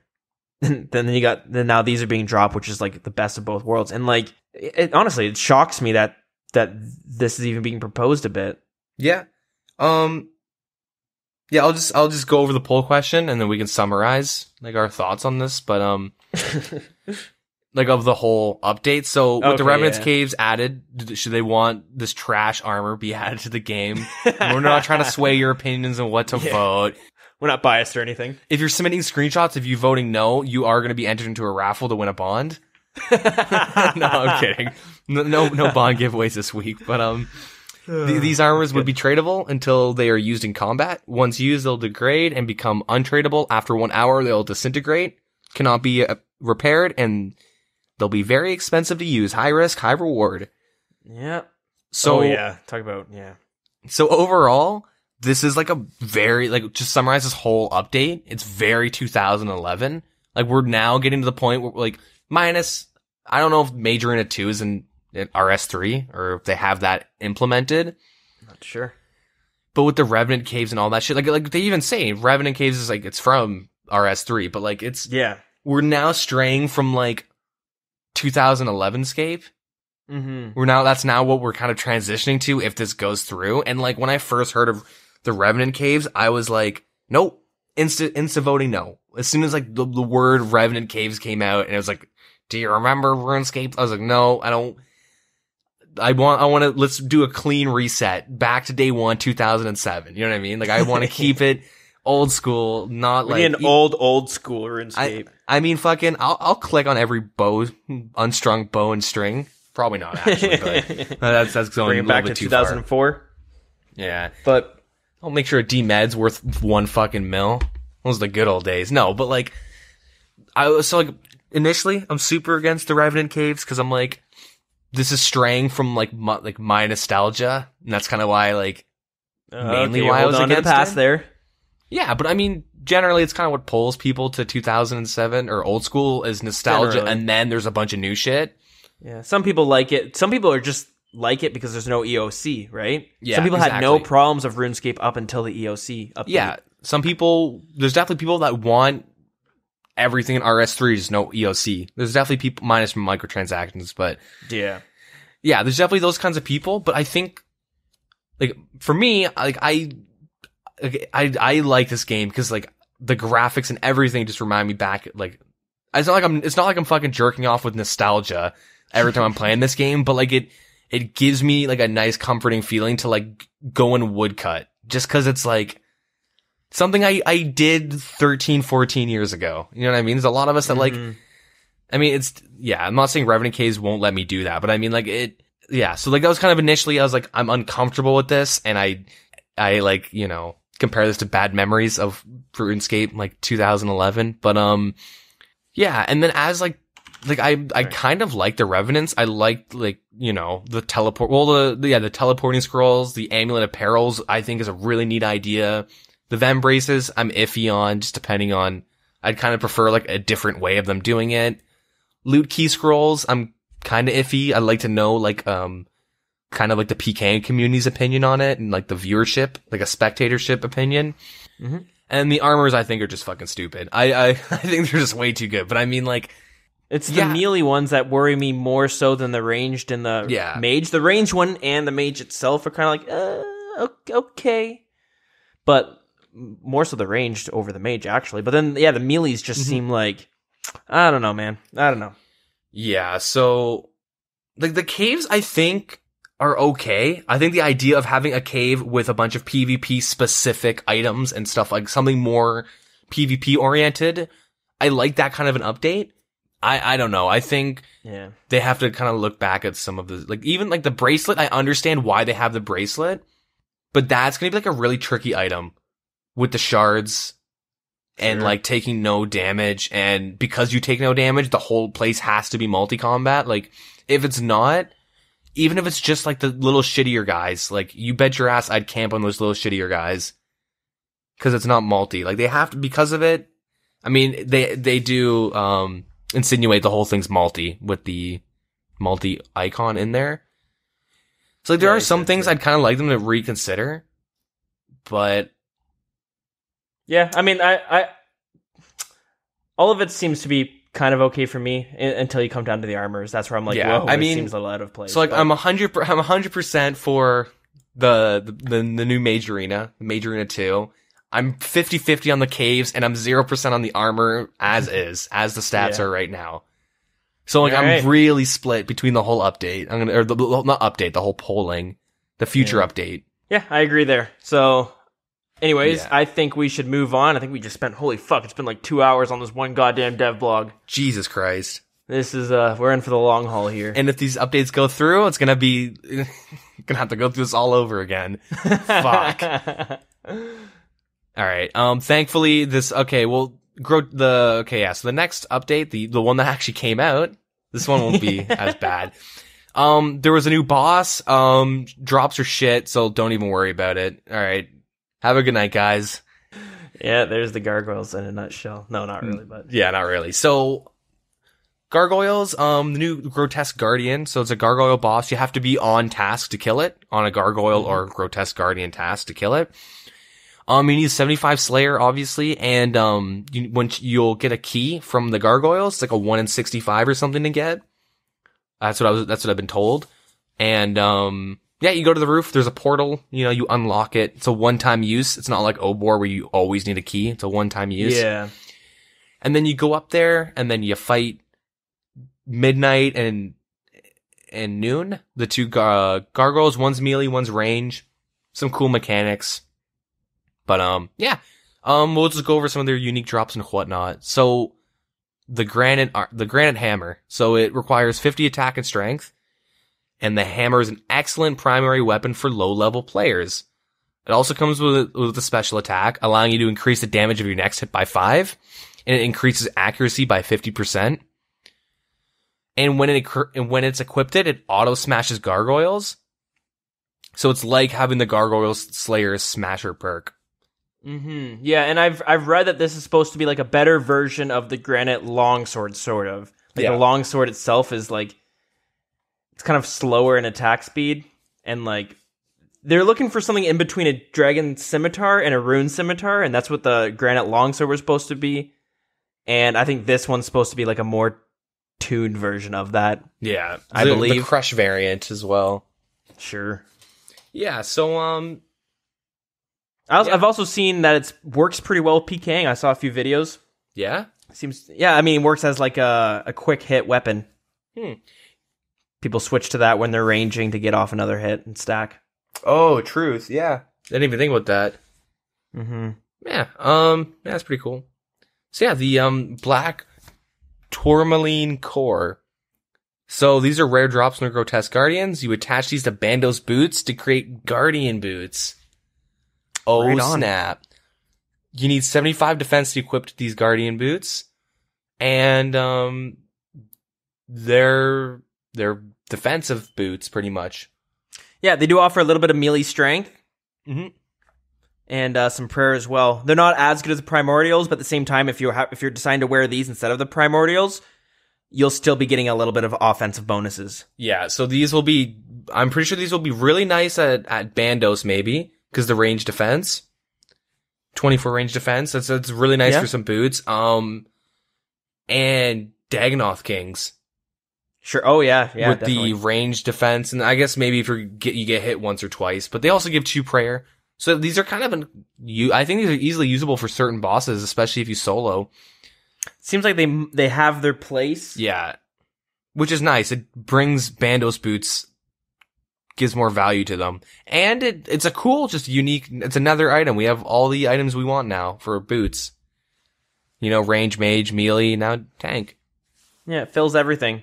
Their strength bonus is not as good as the regular dragon boots. It's got 1 less, but it does give you prayer too, so you got that going. Yeah. But yeah, pretty cool. Yeah, so they have the granite dust and the granite cannonballs. So yeah, these granite dusts drop from the grotesque guardians, and you put them onto cannonballs to increase their max hit from 30 to 35. Okay. The dust is stackable, and so are the granite-coated cannonballs. I mean, that's kind of a given. It'd be bullshit if it wasn't. Yeah. So make them completely useless. But the granite dust and cannonballs are not tradable. And when you create these granite-coated cannonballs, you just use them on each other, and you get what? It's like granite balls. I don't know what the name of them are, but I can't remember what they're called, but like concrete or cement balls or something. I don't fucking know. But it's interesting to note, this is probably just an oversight. If you are cannoning in the wilderness, like let's say the black demons or something, and you get killed, you don't lose the cannonballs when they're the granite. You can go back and pick them up. So, since they're untradeable. Yeah, so here's the thing. I kind of like that. Now, hear me out. Okay, I'm listening. So, generally, so this boss, I think people are expecting it to be Cerberus 2.0 or something, where it's like a high end, like you're gonna get some good cash maybe, you're gonna get some sick items from it. Like, most of these items are like mid tier, as you can tell, like 75 defense boots, okay, that's kind of high end, but it's also defense boots. Like, it's not usable, it's not applicable in everything. Yeah. The hammer, 50 attack and strength. They have granite rings and gloves, which we'll talk about, but they're you need 50 defense and strength. So they're mid-level required items. And so people are like kind of meme saying it's already dead content because it's not dropping any best in slots that are like sought after. Mm-hmm. And like this would be pretty good to get people to kill the boss, because you can't always kill it. You got to kill it on task. But you could also, like, you don't really, I guess you're only cannoning dragons and skeletons for their keys. Like, you're not really cannoning that much in the wilderness. Yeah, okay. But, like, if you have 20k granite dusted or whatever cannonballs, like, how many, like, that's a lot of kills you need on the gargoyles. Yeah. And, like, it kind of just does say the convenience of bringing 500 and running back and forth every, like, 30 minutes. I mean, Sure, it's still kind of weird, though. Like, I mean, I would not put it against them to, like, reverse or to fix this, like, issue of not losing your cannonballs when you die if they're covered in granite dust. Mm-hmm. But, I'd kind of be okay with them keeping it like this, because it gives a good reason to grind this boss out on task, right? I mean, it makes sense, but, the extra 5 damage kind of already gives you the reason. My personal opinion, I feel like it should revert to granite. Not granite. It should revert to normal cannonballs, because, like... Do you think it should do the dust and cannonballs? Well, the dust is untradeable. Yeah. Okay, so I guess that'd be kind of weird if you got an untradeable from killing someone. I guess some weird shit could happen with, like, trading them over to somebody that doesn't have the Slayer requirements to use them. Yeah, like you can give them pure or something. Yeah, that's a good point. I didn't even think about that. But yeah, I wouldn't be against it if they've fixed it. Parentheses. Okay. Maybe it was intentional, maybe not though. But yeah, I think it was an oversight. To be honest. No, it definitely was. I think you're 100% right on that. But yeah, we'll move on. So we got the granite ring. It's low defensive bonuses across the board. It's got a modest range defense, they say, and no magic defense, 50 defense and strength equipped, and for 500,000 Nightmare Zone points, you can imbue it and double your stats as always. All right, yeah. So it's supposed to be like what's the word? A budget version of the Ring of Suffering. Yeah, very budget. Like 10 mil. Yeah, very, very budget version. Things are already going for like 50K. Yeah. It's really not that good, I'm going to be honest. It's something that I have no idea who's going to be using it, because like the Warrior Ring is probably what you're going to want over this. Yeah. I mean, it's just a way to waste 50 or 500,000 Nightmare Zone points. Yeah, I don't know. It's not that good of an item, but fuck it, who cares? It's in the game now. Granite Gloves. So they are, you need 50 defense, 50 strength. They're a little bit worse than Rune Gloves, I believe, right? Yeah, I think they're on par with Addy. Yeah. Okay, so if you don't like Recipe for Disaster, you can just get Granite Gloves and maybe the Vembraces that come out in a couple months from now. Yeah, fair enough. And no, I'm just kidding though, yeah. But before these, people were using the Combat Bracelet, which was on par with the Mithril Glove, so it's just a little bit of a step up. Yeah. In other news, the Kudos counter in Varrock Museum will now appear regardless of the location of the experience counter. So normally, like, sometimes it wouldn't appear if you had your experience counter up, so they just kind of fix that. Using an opal on the female students after already given one during the dig site quest will not give her a second one. Okay. Some people there's definitely some Iron Man that got scammed. Made a couple of posts on the subreddit or something. Greedy whore. They did the make X and make all have been added to the diary churning. I don't know what that means, but I feel like I have to say that because I don't know. Oh, I think it's a typo. I think it's dairy churning. Oh. So when you're making butter from like buckets of milk? I don't know why that didn't click, but I thought I misread that. I'm tripping out right now. Funny. That's how you spell diary, right? It is. Yeah, no, that is diary. Okay, no, they made a typo. When I was reading the dev blog, people had pointed that out. Oh, okay. Well, if you want to churn out some diaries, there's a make all option. Make all when you want to do your achievement diaries. Yeah. Soon. Low cost of $50, dude. I'm telling you, it's coming. Exchange 5 bonds in for it. I'm gonna say this because this has fucked me and my buddy that I do raids. Well, not fucked, but inconvenienced. There's now a tinderbox spawn in the Ice Demon room of Zamber of Cherik, the Chambers of Zarek. Okay. Yeah. Cause he's the Ice Demon guy. You gotta get the tinder or the kindlings, and then you gotta light all this shit and melt them and kill them. And one of us keeps like, oh, I forgot to get a tinderbox, dude. Fuck. That happens to one of us all the time. Now, won't be as bad. Well, it took him a year. Yeah. Okay, so apparently you could sell silk to the trader in Korand and complete the easy tasks of the Art Down Easy diaries. Apparently that was a thing. I had no idea. But, can't do that anymore. Okay. Interesting. Yeah, that's pretty much it. You can now wear the angler hat on Entrana. Okay. 'Cause apparently it counted as armor. Now it doesn't. Yeah, that's pretty, yeah, okay. Yeah, yeah, that's pretty much it. Dragon Slayer 2 stream, but go check out their Twitch on that if you want to see their design stream. Well, that already passed, but anyways, it'll be on their Twitch. They have a VOD of it. Oh, yeah, okay, I feel you. Yeah, the Gargoyle boss is pretty cool, I think. I've got some fights on with it, and I think it's a really well done boss. Yep. It's a shame the drops are kind of mediocre, but at the same time, not everything has to drop the best money, you know what I mean? Yeah. The only thing that seemed odd to me was that the key was a one-time use because I found it was pretty easy to get. Yep. I got on my second kill. It almost made me wonder what's the point of even having it. I got mine within 20 or 30 kills. Yeah. So I've made me wonder why. Maybe to prevent people on day one, but yeah, it just seemed odd, but whatever. Yeah, I mean, I kind of would have hoped it was a higher drop rate, But then, yeah, I don't know. I would have higher drop rate, or maybe use it one time and you have to go get a new one, like one key for one boss, like Obor is. Mm-hmm.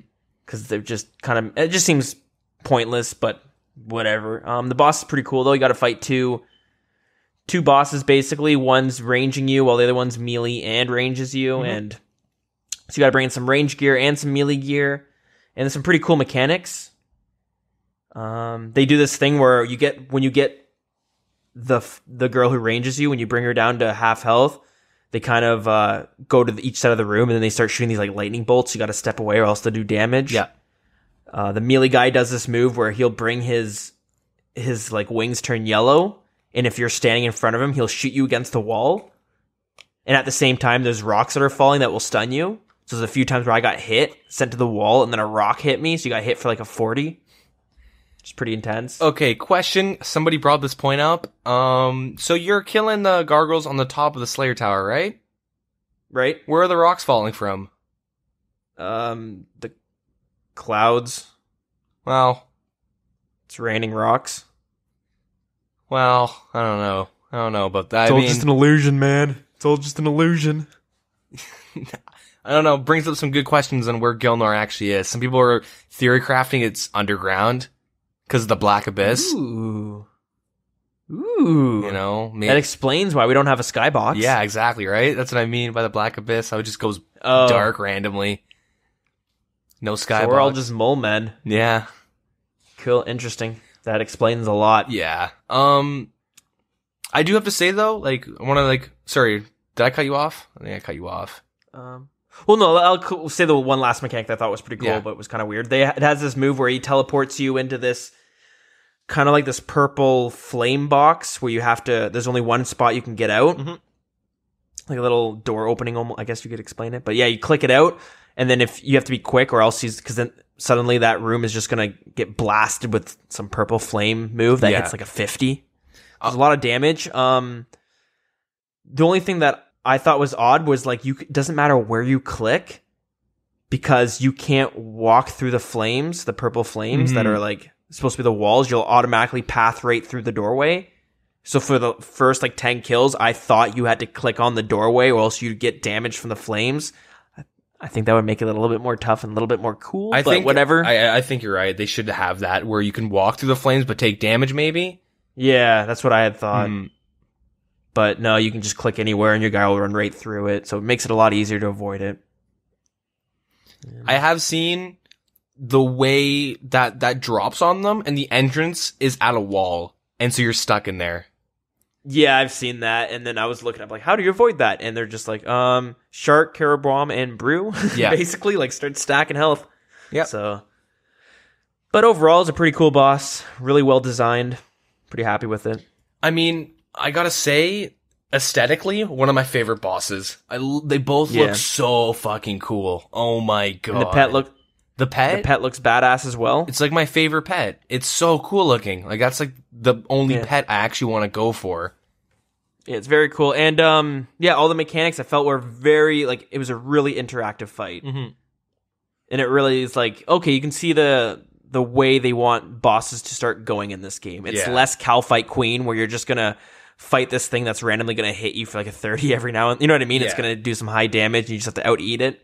And it's gonna be more like, oh shit, stay out of the poop, watch out for this, do this when that happens. You know what I mean? I mean, you bring that up, I do think it'd be kinda cool if they thought about reworking Cow Fight. That would be kinda cool.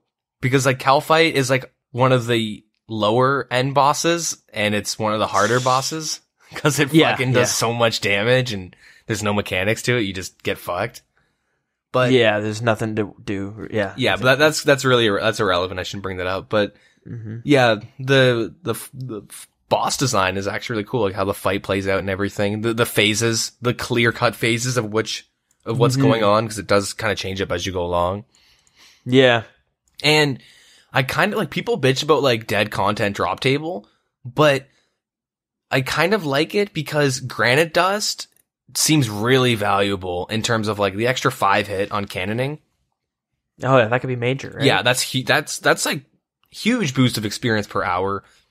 And I've seen people talk about making it tradable to make it more worthwhile. I don't like it though. I don't like that. I don't know. Because I do like the idea of having to Iron Man it Yeah. and get it yourself if you want to actually get the bonus. But at the same time, I can see the argument of people wanting to actually kill the boss and make some profit to just, flip the granite dust. So the big thing is that if you can do the boss fight well, you can easily get like 10 kills a trip. Like easy. Oh, yeah. And- Bringing Guthins and stuff. Yeah. And the big thing is that it doesn't only drop these items we mentioned. Like it does drop like mithril bars. I bitched about it at the beginning of the podcast because it fucking cuts into my money. But it drops coal. I saw Lots of bars, lots of ores. dragon dart tips. It drops like a lot of random stuff I've seen from like streamers and YouTubers and whatnot. So like it's The notables are similar to what the normal gargoyles drop, just kind of like a buffed version of it. So I mean, regardless, and people were saying it's about 25 to 35k Slayer experience an hour. Yeah, it's not bad. You kill them, you get 1.6k, I believe it was. Yeah, and so like I think that it's a boss I'm gonna do till I get the pet. You know what I mean? Even like one, I do want to hunt the pet, but like two, it like the money seems fine. The dust is really valuable, especially for Iron Men too, right? Oh yeah, Because it's like you're on a gargoyle task, like why not do the boss, right? Yeah, it is a fun fight. Yeah. I don't know. I'm pretty, like, I really want to try out the fight. I'm going to try it out this week now that it's like the hype's kind of died down a bit. Yeah, I have like a 250 kills or something, 230 kills I got to grind through. Yeah, it's good. Yeah, so I'm pretty excited for that. When they first released it, they only had it so 4 people could be fighting the boss in each world. Yeah. So it's a lot of like, if you ever played Maple Story and did the party quest where you're like, looking for party, I got an auto clicker. You know what I mean? That's kind of how it felt. Have seed and AC. What? Seed? You do /who or /where their name, and you find out what track. stage they were. Yeah. Yeah, I got tracker. Yeah. I remember having a list of people that you'd always track. But anyways, so that's kind of felt like that, being outside there just spam clicking for like 20 minutes hoping to get in. And then it would suck getting in there and getting insta-killed over something stupid. But yeah, when you do die, there's a chest outside and it collects all your items. And you got to pay 50k to get it back. Yeah, I like that a lot. Easy way to get some money out of the game. Especially on day one. I want to know how much money that boss claimed on day one. I've dropped 250k already on it. Damn, dude. So that a bunch. And my only issue with it, though, is that it takes every item, even your untradables. So it'll take your Slayer helmet. Shit. So the problem with that is you'll tele back to go there, and you have to go past the aberrant specters, and if you don't have an extra nose peg or something, they're going to hit you, drain your stats all down to basically 1, because that's what they do if you don't have a nose peg or a Slayer mask. Mm-hmm.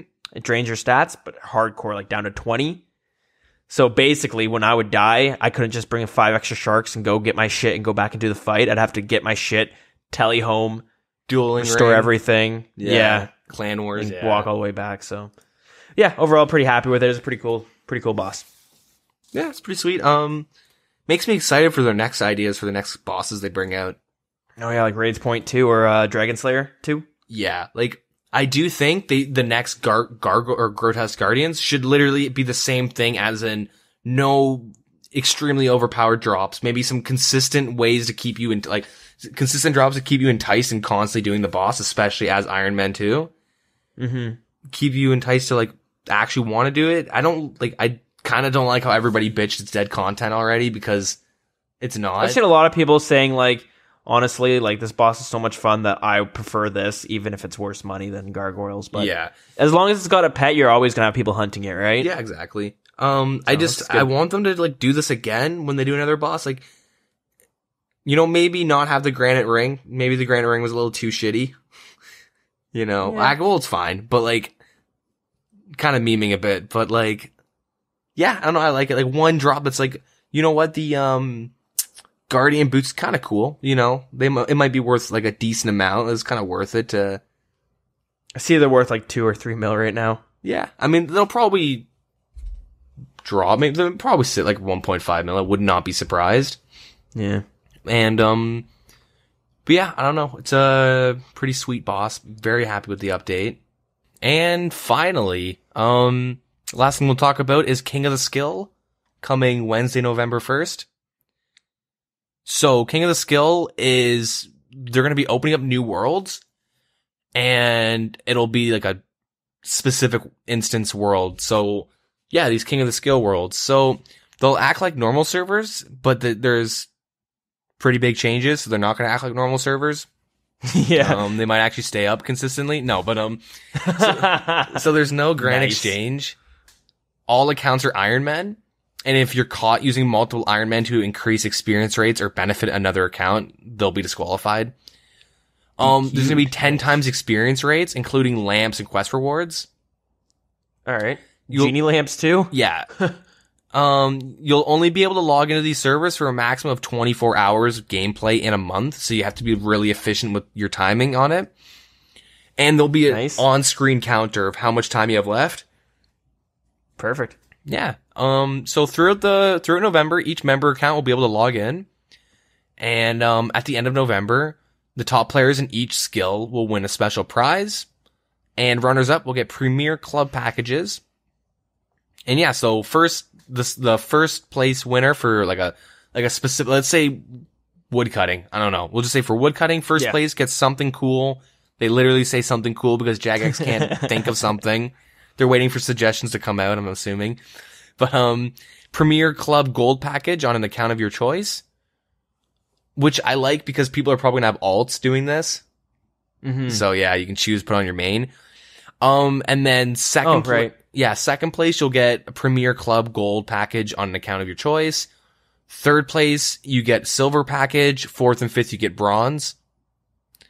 And so for total level, so now there's 2 brackets. There's one for each skill, and then there's one total level. You'll get something really cool, and a Premier Gold Club package. And then second place gets something cool, and a Premier Gold Club package. And then third to fifth, get something. Yeah. No. Yeah. Third, fourth, and fifth, you'll get a gold package. Sixth, seventh, and eighth, you get silver. And ninth and 10th, you get bronze. Cool. And if you're confused with what the Premier Club package is, it's just like, you get some benefits in RuneScape 3. Like, there's like VIP worlds that you can only access if you're a Premier Club member. But for just old school RuneScape, gold means you get a year membership. Silver, I believe, is 6 months, and I think bronze is 3 months membership. Yeah, not bad for like just members. So, yeah, yeah, it seems pretty cool. I wonder how many people in like, you know, like the big time skillers or like the skilling clans out there. I wonder how many people are gonna make a new account and make it a member just because they fucked up at some point. Oh, I didn't even think about that. Like they're doing their 3-tick clicking and then mess up, or like just one tick, you know what I mean? They fuck up once, 15 hours in. Yeah, like speedrunners, right? Yeah. No, but actually, that actually would bring a good point. Like, what if you're questing, you're doing like one small favor because you're friggin' masochist and you want that experience reward at the end, and then you fuck up and waste 30, 40 minutes.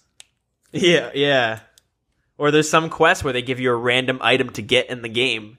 What if that random item is a really hard one to get and you're like, fuck this, okay, make a new account. Okay, so what we're saying is do Watchtower right off the bat, and if you get anti-poison, just fucking redo it or whatever.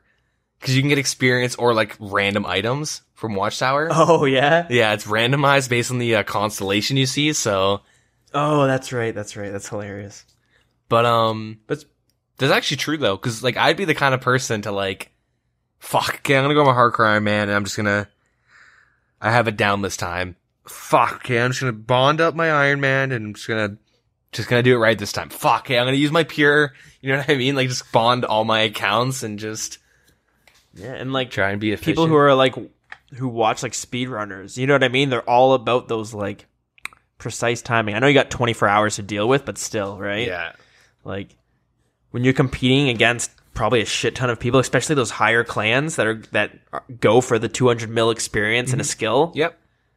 You know what I mean? Yeah. Like they're going to be watching others Twitch streams or whatever and seeing like comparing their scores, be like, man, I messed up. I got to start again.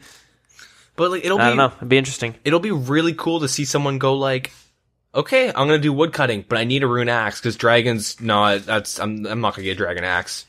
That's too out of the world. Or even fire making, right? I'm gonna thieve, get like 500 cakes, do my clue hunter gear, do winter Todd. You know what I mean? Yeah. Okay. But like woodcutting be kind of cool because like, okay, I gotta get a rune axe. How do I do that? I gotta go to the nature spirit place, kill those nature trees. I think they drop rune axes. Yeah, they do. Slayer kills one, they don't drop it. Start a new account. Yeah. Head back there. Slayer kill is one I'm really interested in too. Yeah, who's gonna win with because you need a lot of things for that, and that's so random. Yeah, you have like almost no control over what tasks you're gonna get. I feel like the people that are going for rank 1 Slayer might also go for rank 1 total because you're gonna need high magic. All your stats need to be high, and yeah, pretty much that's That'd be interesting to see. And I know it's going to happen with the melee guys. There's who's going to be an NMZ the longest. He's going to get the gear the fastest, unlock NMZ the fastest, and just AFK that shit. That's hilarious. So true. Yeah. I wonder if people are going to be bossing. Probably not. But like, it would be kind of funny to see some dude rocking like Bando's Tassets. Yeah, that'd be pretty cool. I'm just thinking like and PKing. Some guy wants to get their cooking up, they go and fucking kill Zulrah a bunch. You know what I mean? Instead of fishing your own food. I mean, whenever I make an Iron Man, well, like the 3 Iron Man account I've made, what I always do is do Sea Slug. I believe is because you get like 24 fishing, I think, from that. Okay. So you multiply that experience by 10, it's more than 24. But yeah, I'm assuming cooking you just fish and cook the whole time. Yeah. I don't know. It's really cool. I want to see how this plays out. I want to see some of the strats people come up with. Yeah, it's cool. It's a pretty cool idea. It's right out of left field. I like it. Yeah, that's pretty much it for all the updates. Marathon that one. No, I'm just kidding. We have 2 more. So, anyways, back to the PvP gear. Yeah. Okay. No, so this I thought of another point why it sucks. So, but I have a few things I want to bring up that I saw going on in the community. And last week we talked about, the microtransaction problems that were going on in RuneScape 3. And I mentioned that they were going to be bringing, they're going to be having a response to that from one of the mods. So, yeah, they posted something and I read it and it seemed there was a lot said. A lot of words for very little. Does that make sense? Yep. A lot of it was saying, like, okay, we understand why everyone's upset. We see the problems with MTX. And I guess some of the promotions they were doing, so they have their treasure hunt, this little loot box you get, but they have these promotions where it's like, oh, do it now because the loot's even better than before, or buy one, get one free, stuff like that, right? Mm-hmm. A lot of that was going on this year, and they said, okay, their last promotion was called the prize pool, which is a little bit extreme. They're like, okay, we're not going to do that at all for the rest of the year. And we're not taking out MTX. We're not going to nerf it because we need to have it because it generates a lot of revenue for the game. It's one of our main sources, so that's not going anywhere. But we're going to leave it as it is until the new year, and we're going to go back to the drawing boards and see what we can do to make it so people are less pissed at us in the future while still being able to have it. So to me, what I got out of that was, okay, you know what? You guys are pissed. We're going to leave it until January, and then we're going to come back. And if people aren't as pissed anymore, we're going to go back to those promotions. Yeah. That's what it kind of seemed to me. That's probably what it's going to be. It's more of like, sorry, we crossed this line again. We're going to make sure that we're going to do it again, but you won't be mad. We're going to just keep pushing the envelope. We're sorry for pushing the envelope a bit too far. We're going to tone it back and do it a bit more slowly. Yeah, and they're just and then they mentioned, this past Rune Fest was the biggest and most popular yet. So we're going to work on marketing better. And I don't know. AKA, it almost seemed like, oh, come on, MTX isn't that bad. Look how popular Rune Fest was. You know what I mean? Yeah. But I mean, People I don't know. don't realize how much MTX brings in. Like, so Activision, I might have mentioned this last time we talked about it. Activision said they brought in like 1.1 or $1 billion worth of microtransactions. So Activision is like Call of Duty, Candy Crush, Blizzard, all Blizzard games. So Overwatch, World of Warcraft, Hearthstone, Heroes of the Storm. I mean, StarCraft, there's microtransactions in StarCraft as well. And like they bring in $1 billion revenue from microtransactions alone. And I mean, it's a huge company with a bunch of huge games, but it just kind of shows that like it brings in like so much money. I don't know how much Jagex made last year from, or maybe like maybe I'll try and find out. Cause I'm pretty sure companies have to disclose how much they make. They have to tell the public. And, I'm actually really curious on how much they're making from microtransactions, cause the old school community kind of memes about it being like, we're so popular, but Jagex or RuneScape 3 makes just as much because of microtransactions. And I wouldn't be surprised if like the majority of their money came from microtransactions.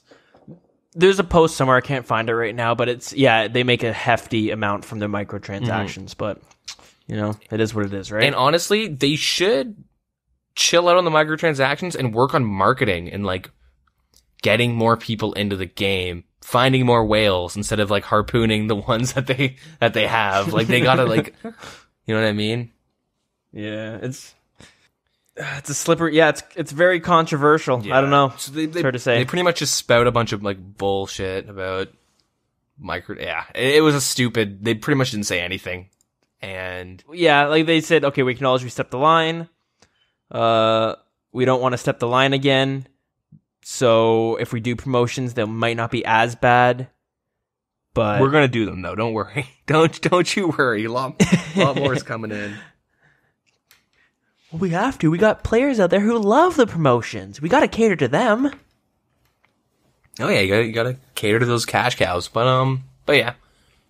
Yeah. So that happened, and lastly, I think we can move on to our next segment. Yep. I think it's time. Where Deagin complains about NMZ. All right, so now imagine NMZ with Vestas. No, okay, but got a little surprise for you. If each of you could remove anything unpolled and excluding the ditch, what would it be? I would like to get rid of Nightmare Zone. Okay. I think it served its purpose when we brought it out, and yeah. How about that? Straight from Mod Matt K during last week's Q&A. Yeah, I mean, I think it's too late, but they need to get that shit out. You giving up? Oh yeah, well, because like splashing 2.0, like people splashed to 99 magic and then went, okay, this is bullshit. So like, yeah. I mean, I maxed my strength, got 90 attack and defense, and went, okay, this is like I got what I wanted, and just rolled my eyes and said, take it out. So it's kind of unfair for me to like hate on it, but I've said in the past, fair enough. I would gladly give up all my NMZ experience for it to be gone. Yeah, all right, fair enough. Damn, you'd be back down to like level 70, wouldn't you? Yeah, like 40. 40 based up with like a level 30 combat level. Shit. Oh, that's funny. Okay, well, yeah, I think that's basically everything that had gone on this week in and out of RuneScape. In a nutshell. In a quickly summed up, rapid fire, quick paced way. Quickly I got done. sun coming up over here. Shit. Yeah. But yeah, no, but now in all seriousness, now it is time to move on to our next segment where where I tell you guys about some lore quickly. Are you going to talk about Vesta? Yeah, I think so. Okay, cool. The origins of Vesta. It's a really cool story.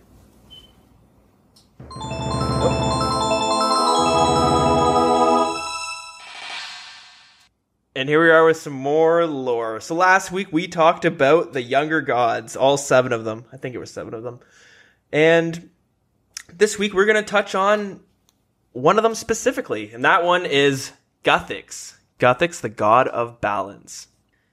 He is one of, if not the first younger god to arrive in Gielinor. And once arriving, he invited many different races with him to join him in the world. Some of these could be known as, gnomes, elves, dwarves, and humans, amongst some others as well.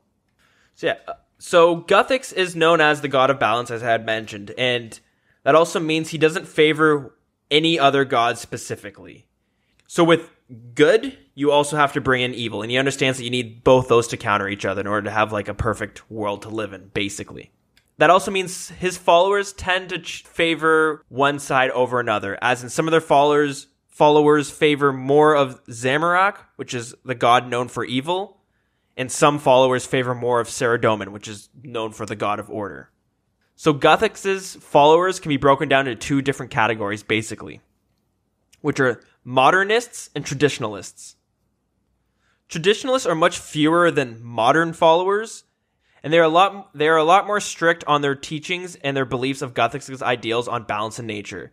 They don't typically favor between Saradomin and Zamorak being the two counters, and they more look at Zeros and Armadil as being the true gods of evil and justice. But they kind of think of Saradomin and Zamorak as temporary replacements. And some examples of the traditional followers of Guthix are some of the Druids, you might recognize them in Taverley, as well as the Void Knights, which are on the Pest Control Island. As for the modernists, they believe more loosely in balance. They themselves favor more Saradomin and Zamorak, which is more order and chaos, versus Zeros and Armadil. So before Guthix went into his slumber, which is what ended the first age, we're going to get into the ages after we talk about the gods. We'll go through the timeline of the actual world of RuneScape. But before he went into his slumber, Guthix placed on these magical rocks, which are what we know as runes, or where runes are crafted. And that is what caused it. He made an endless amount to be distributed, which is where the name RuneScape finally comes from, and which is like the name that was given. And yeah, I think that's basically it. Guthix arrived to the world of Gielinor as a butterfly, just to be a more calming presence to things that would arrive after him, the humans and stuff like that. But yeah, so that's basically Guthix in a nutshell. And next week we will tackle one of the two other major gods. But as for this week, yeah, that's all we're gonna talk about for Guthix right now. There's more to it, but we'll get into that as we go through the ages and some of the things that have gone on, some of the events. I got a question for you though. Okay, let's hear it. Do you think Guthix could skateboard well? Because you need good balance to skateboard? I was just going to say, he is the god of balance. Yeah, I would assume so. Do some sick gnarly ollies, dude. Bet you could ollie Varrock. But I don't got much of a response for that, but yeah. It's a very good question. It's a very good question. But yeah, if you enjoy this lore section and you guys are just joining us, this might be your first episode. We start the lore parts back on episode 54. So if you want to catch it, go back then. I might actually take them and splice them and throw them on YouTube as their own little their separate part. So I don't know. Haven't done that yet though. So we'll have to get around to that. I'm not too sure. Yeah, I think that's basically it this week that we have to talk about. I think we're going to wrap her up because fuck, this is our longest one yet. Oh yeah. New grounds, dude. Oh boy. All right, guys. Now before we get out of here, let us know on your opinions about this, especially the PvP update. I would love to hear other people, what you guys think. Maybe someone who's played in the RuneScape 3 era, like 2012, and you have firsthand experience of when these things were released. Let us know. And yeah, very, very interested to hear what other people's opinions are. Mm-hmm. Well, if they're the same opinion as us, we like to live in an echo chamber. Don't worry, I'll curate our emails and stuff. Yeah. And we got a message from... Oh, nope, not that one. Okay, delete that and move on to the next. Make sure to block them. Shit. All right. Yeah, so if you guys want to get in contact, you can reach us on our email, which is thewildernesspodcast@gmail.com. We have a Twitter, which is @thewildernessrs. Our Facebook is facebook.com/thewildernesspodcast.